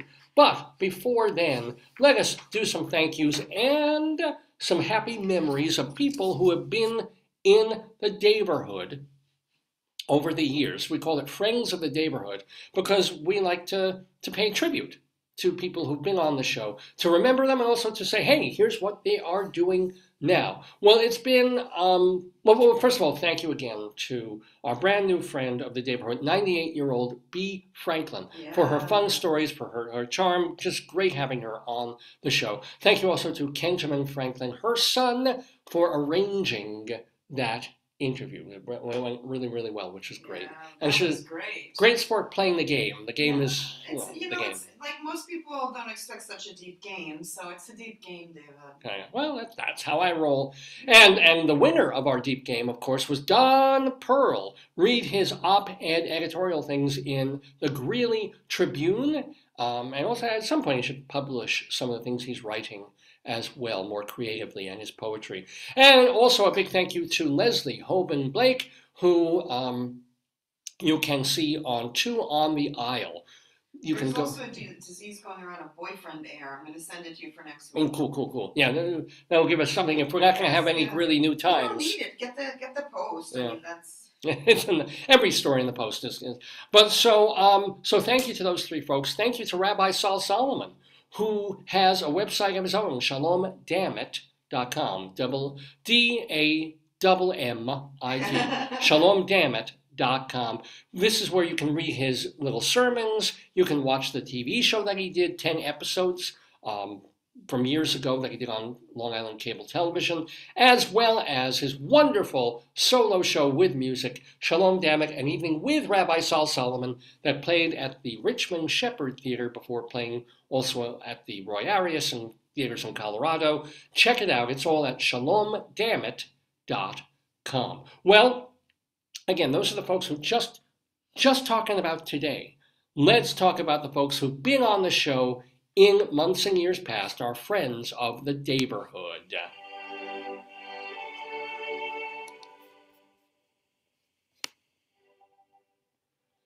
Well, we begin with appropriately sad music because, I mean, this is a day of losing old people. I don't, or a week of losing old people.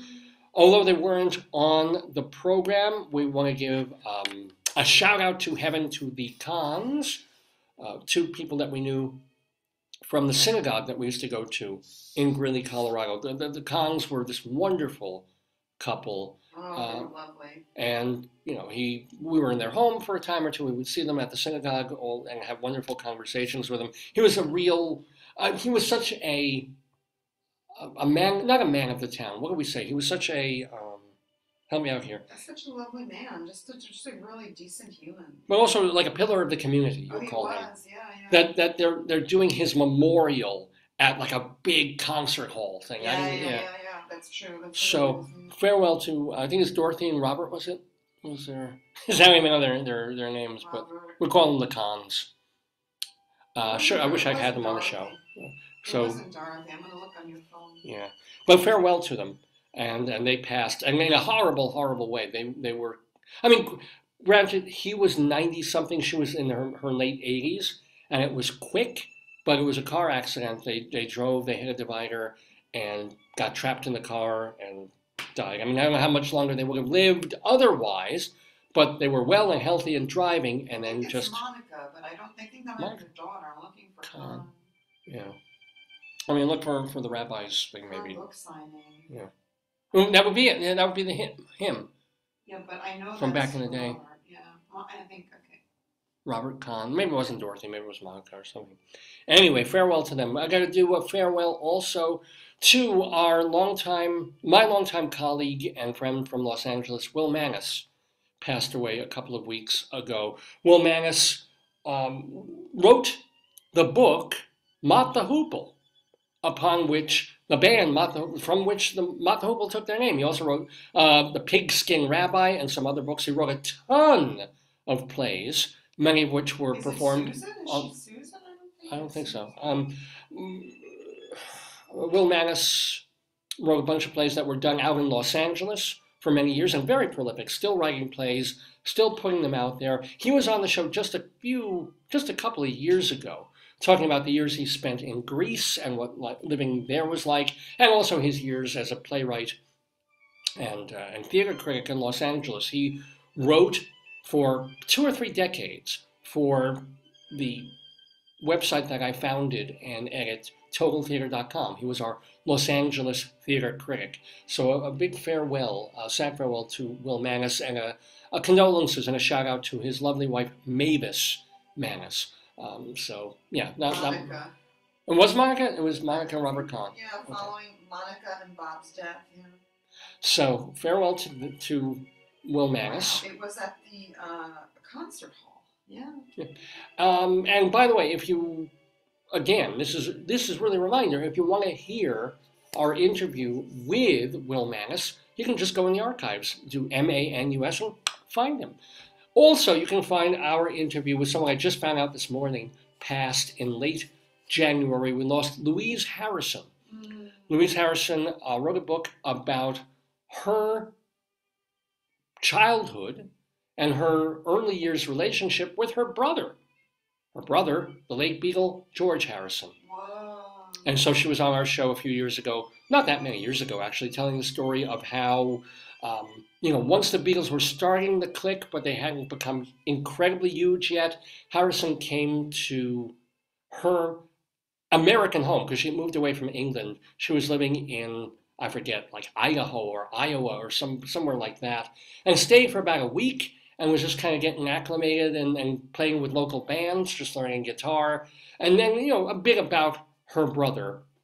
And then, that was the main focus of the book, of growing up and their relationship when they were young. So Louise Harrison passed away, I think, on January 29th. She was 91 years old, I believe. So yeah, we lost a lot of, I'm glad they were old. Yeah. I'm glad the Kahns were old. I'm glad Louise Harrison was old. Will Mannis was over 90. So at the very least, all these people had good, long, healthy lives, and then left us this past week from the Daverhood. All right, now let's get to some happier things. Let's get to some other friends of the Daverhood. For example, Neil Sedaka, who has a monthly podcasty show. It's called In the Key of Neil. that you can listen to on Sirius XM on their 50s Gold channel. Much as I despise Sirius XM, I'll do this for Neil Sedaka because he was on the show way, way, way back when he actually put out an album of Yiddish songs. Wow. Congratulations also to Katie Huffman, the actress. She is part of something, I can't even make out what the hell this is. It's called Journey, an immersive theater dining experience that they're doing on West 24th Street. It sounds like another permutation of like dinner mystery theater and whodunit, that sort of thing. But this is more comedy, more, I don't know what it is, but it's an immersive theater and dining experience, and Katie Huffman is there live doing it at this restaurant on West 24th Street. Steve Ross, wonderful, wonderful cabaret guy, Steve Ross. He's going to be at Birdland on February 13th, so go see him on Sunday night. Same thing with Anne Harada. She is taking part of the Vineyard Theater Gala at the Edison Ballroom in Midtown. That is happening on Sunday, and also happening on Sunday. What a day. Tanya Pinkins is doing a private industry reading of a new play called Please Leave. Among the other actors they've gotten for it are Tony Shalhoub. So you'll probably be seeing more of the show, Please Leave. And you can't see, unless you're in the industry, Tanya Pinkins in it, but they're doing a reading of it this Sunday. Now on Monday, Valentine's, I'm sorry, these are all, February 13th is Monday. Yeah, correct. Excuse me. All these things, Steve Ross, Anne Harada, Tanya Pinkins are on Monday the 13th. And then Valentine's Day, February 14th, why not see Rochelle L. at, is it Ellie or, I think it's Rochelle Ellie, excuse me. Toronto's Village Players Theatre. She's a comedian from Canada. She works in both English and French, and she was a lot of fun on the show. So see her if you're in Toronto at the Village Players Theatre on Valentine's Day. Running later in the week through mid-March, Alan Menken and David Zippel have collaborated on a new musical. It's Hercules, and they're trying it out at New Jersey's Paper Mill Playhouse in Millburn. And then also, coming into the weekend, February 17th and 18th, Chaz Palminteri is doing a reading of a play called If You Love Me at the Actors Studio, so check that out. Reminding you that today and tomorrow are the very last days that you can go see Eric Jensen in the Broadway show The Collaboration. That's the one about Warhol and Basquiat, and it's being done by Manhattan Theatre Club at the Samuel J. Friedman Theatre on Broadway. Also, ending this weekend, so you just have today and tomorrow, Jill Sobule's musical, and she's in it. It's called Fuck 7th Grade at the Wild Project downtown. Now, through Valentine's Day, Melissa Errico and her cabaret show, Your Romance, is at Birdland on West 44th Street, and on Broadway, playing now through February 19th, so have another week or so.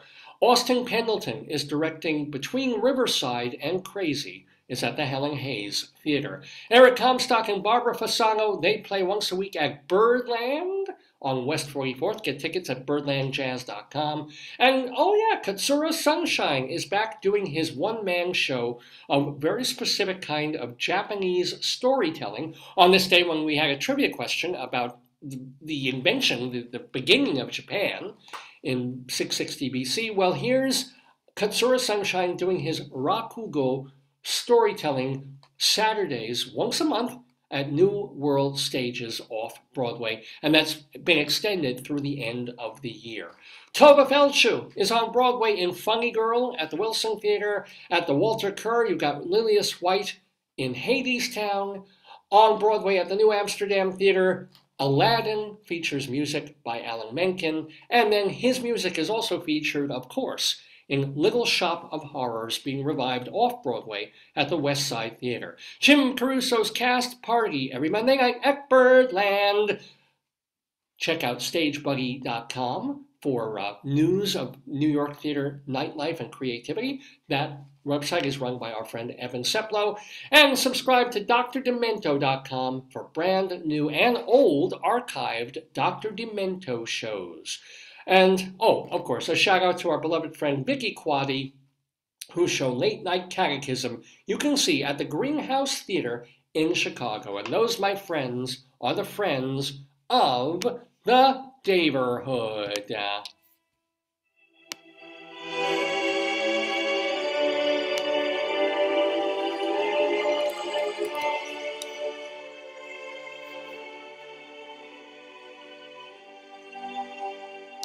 Thank you, Looky V. Okay, it is, my God, it's after 12. We're running a little late today. We used to do this all the time. The shows used to run 4 or 5 or 6 hours when I was playing music in them. And somehow I managed to stay alert and awake. But I'm managing here this Saturday afternoon now, February 11th, 2023, with our 881st episode of Dave's Gone By, where we have really one more piece of business to take care of. Because we've done Greeley crimes in all times. We read from the magnificent opus, Brave Potatoes. We played our Today Yesterday quiz with our wonderful guests. And we've had a delightful chat with Rabbi Saul Solomon and Bea Franklin. What else is there? Oh, I know. The Colorado Limerick of the Damned. This is where, because Joyce and I lived in northern Colorado for a bunch of years, I got it into my head years ago to write a horrible, evil, funny, sick poem, a short one, a limerick, about as many towns and places in Colorado as I possibly could. And I've been doing them, one a week here. I've got about, turns out I've got close to 300 of them now, amazingly enough. It's amazing that there are so many towns and places in Colorado to begin with, but the fact that I've managed to find rhymes for so many of them, and not just the easy ones like Vale and Greeley, which rhymes with really and so forth. But no, they get weirder and weirder and sicker and darker most of the time. So ladies and gentlemen, we have a brand new Colorado Limerick of the Damned for you, where we go to Fraser, Colorado. And yes, it is pronounced as Fraser, Fraser, our Colorado Limerick of the Damned. A limerick is a comic verse of 5 lines, in which lines 1, 2, and 5 will end with words that rhyme. And likewise, verses 3 and 4 also end with words that rhyme. So this is a limerick. Rocky Mountain,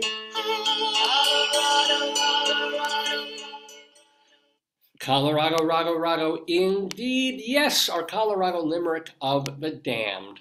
This Saturday, early afternoon, Fraser, Colorado. I'm going to tell you a little bit about it, and then I will make you suffer through the poem. Now, Fraser is a growing statutory town of about 1,400 people near the Winter Park Ski Resort in northwestern Colorado, a little central northwestern Colorado, named after pioneer Reuben Fraser. They've had a post office there since 1876, but the town was not incorporated until 1953. Dwight Eisenhower used to go fishing there, and they do biking and camping and hiking too. And they have Tubing Hill. It's a family-run thing where you can just go tubing down there. You can even get there by Amtrak. You can go to Fraser, Colorado. It will stop there on the Amtrak for people going onward to Winter Park. But because it's 1.5 miles above sea level, it's also quite cold. In July, during the day, the high might go up to the 70s, but it'll still go down to 23 degrees at night. And in fact, every night, after years of quarreling with International Falls, Minnesota, Fraser won the right to be called, quote, the icebox of the nation. It's apparently a town where 365 days a year there's frost. You will have frost overnight in early August in Fraser, Colorado. So, let us get to our Colorado Limerick of the Damned, and do get the children out of the room because this one is horrible in every possible way. Fraser, Colorado. A nasty old hooker from... Wait, save the things for the very end. Save it. A nasty old hooker from... Well, God, my voice is going. Hold on. I got to do this right. for the children. A nasty old hooker from Fraser holds inside her pussy a razor. When men start to thrust, she writhes with disgust and castrates each fucker who lays her.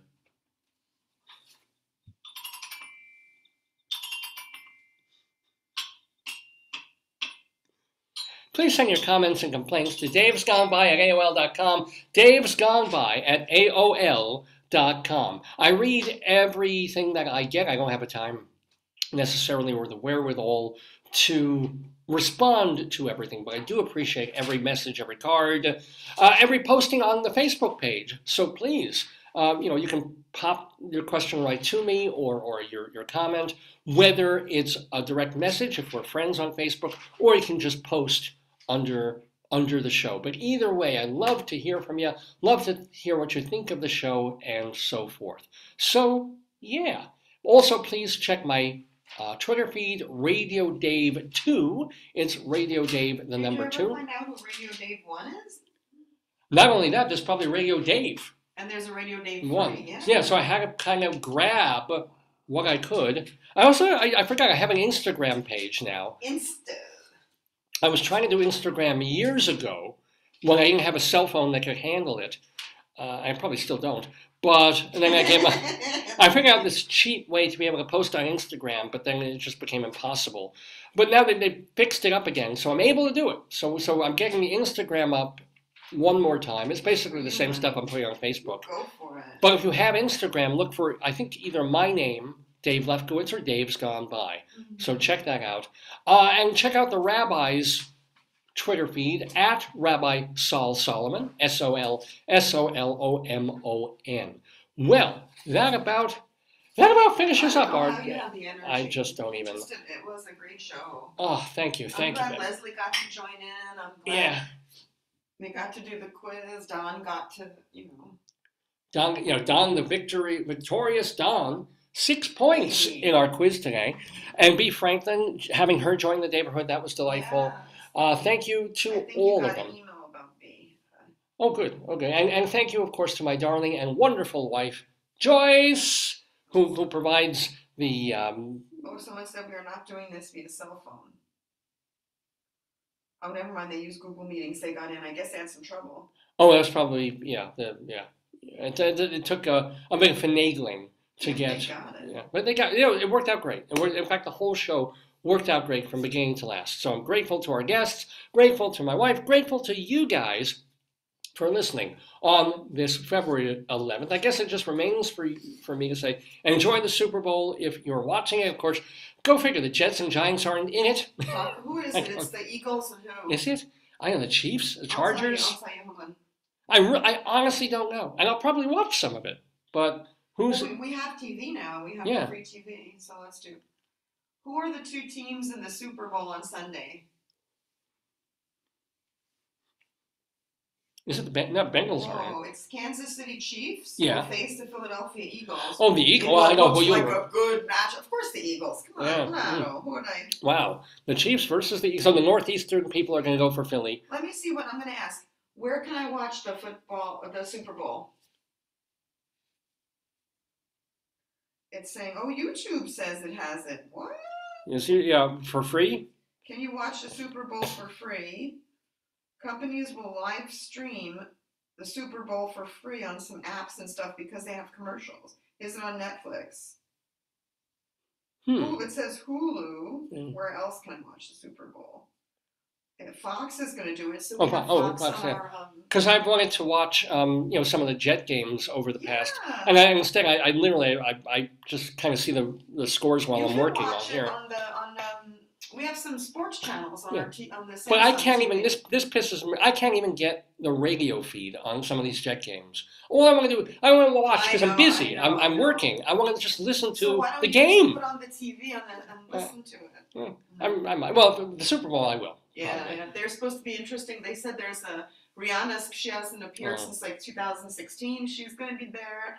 They have a weird commercial by U2. They're saying U2 is coming back, and it's like Vegas, and they don't know, like, So there's going to be a lot of interesting. Oh, you see, this is the whole world is like, look at the commercials and who's on the halftime show. I'm like, I just want to see a fucking football game. Honest with you, my whole hope is that I always tell people in football, do not get a concussion, because if you get a concussion, it's linked to bad cognition. Like my thing, I can't watch it. I don't like violence, but I know like the trajectory of some of these injuries, and that's what upsets me, because I'm like, that's going to be bad later. Yeah. Yeah. You know, I mean, they're making $12 million a year, yeah, but who cares? You can't, if you're not compasentious, you're not going to enjoy it. Yeah, but at least these are people who can afford wheelchairs and healthcare. Yeah. It's like but right now there's nothing that can erase these things. No, absolutely. So. Well, I don't feel so as bad for NFL players as I do for high school and middle school kids playing games getting hurt. Like a third grader getting a concussion. A third grader yet? And somebody told me, like, I think your cousin said they get it in all squash, and everybody gets that's messed up. Yeah, it sucks. It's not. So but it's the game. All careful. They should be careful. If it were me, I would take them all and wrap them in bubble wrap, and then they could I wouldn't mind. I was honestly thinking about this last week. I would not mind if there was a professional touch football league. But how would you officiate? I don't know. And so, it's hard enough to tell when somebody's tackled and where the ball is. Just do that after Thanksgiving. People play touch football. I don't think that's. I love playing touch football. You do. It's the same as football, except you don't tackle people. Why can't they just have you could just have a video game football and do that. Why can't they? Nah, not the same. No. Touch rugby. No, that wouldn't work. But if the guy catches the ball, does somebody just get a finger on him or not? It's enough, and it's still a game. I would love to see that. I don't think it needs to be. The past university, what is that called? Football, golf, frisbee golf. Oh, frisbee. You can get hit in the head with a frisbee and get hurt. Not too bad. Although, wouldn't it be horrible if one of the teams was doctoring the frisbee and made the edges sharp? So they put razor blades on the edges of the frisbee. It's and saws a finger off. That would be horrific. Yeah, it kind of would. That'd be a good horror movie thing. There's the sailing frisbee of death by Hasbro. No, I don't think so. Anyway, but so enjoy the Super Bowl if you're going to watch it, or if you have the way to watch it, and enjoy. I spent many years without a partner, lonely, whatever, etc., and so forth. So Valentine's Day has mixed feelings for a lot of people, But that's the thing. It doesn't have to be girlfriend, boyfriend, partner, something like that. Valentine's Day can be for a parent or a grandparent or an aunt or an uncle or someone that you love, or a pet that you love, or pet rock that you love. So yes, Valentine's Day is coming, and it's usually, it isn't such a wonderful romantic thing unless it's people who first started dating or they've been together for a short time. It's usually just another day or a very depressing day. So don't make it like that. Just if you love doing something, if there's a hobby that you absolutely adore and love, spend a few hours that day doing that hobby. And that's your Valentine. Be your own Valentine. Be the Valentine to yourself. Anyway, that's my Valentine's gift to you. I'm Dave Lefkowitz. You've been watching the 881st episode of Dave's Gone By with me, Dave, Joyce, Potato. Thank you. You were very well behaved, Potato, considering the stress of that book. I got post-traumatic stress. Well, I'll get you some ketchup right after the show. Let's go to Trader Joe's and get the powdered ketchup. I need to snort some. They love that. They love the powdered ketchup. They do. All right, Potato. Just because you were so good. Can you read the book again? From page 1? They all want to hear it individually. We have about 400 of these things here, so or some in New York, but some here. I'll work on that, Potato. Yeah, you get right on that, please. You get right on that. Oh, God, Potato. And on that note, thank you, sweetie. Have a great one, everybody, and we'll see you. Not sure what we'll be doing next week, but we'll be doing a show probably next Saturday, 9 to noon, right here on this Facebook page, Dave's Gone By, and Gone By. Dave's Gone By. Dave's Gone By. Dave's Gone By. Dave's Gone By. Dave's Gone By. did you just burp? That's so rude. I did.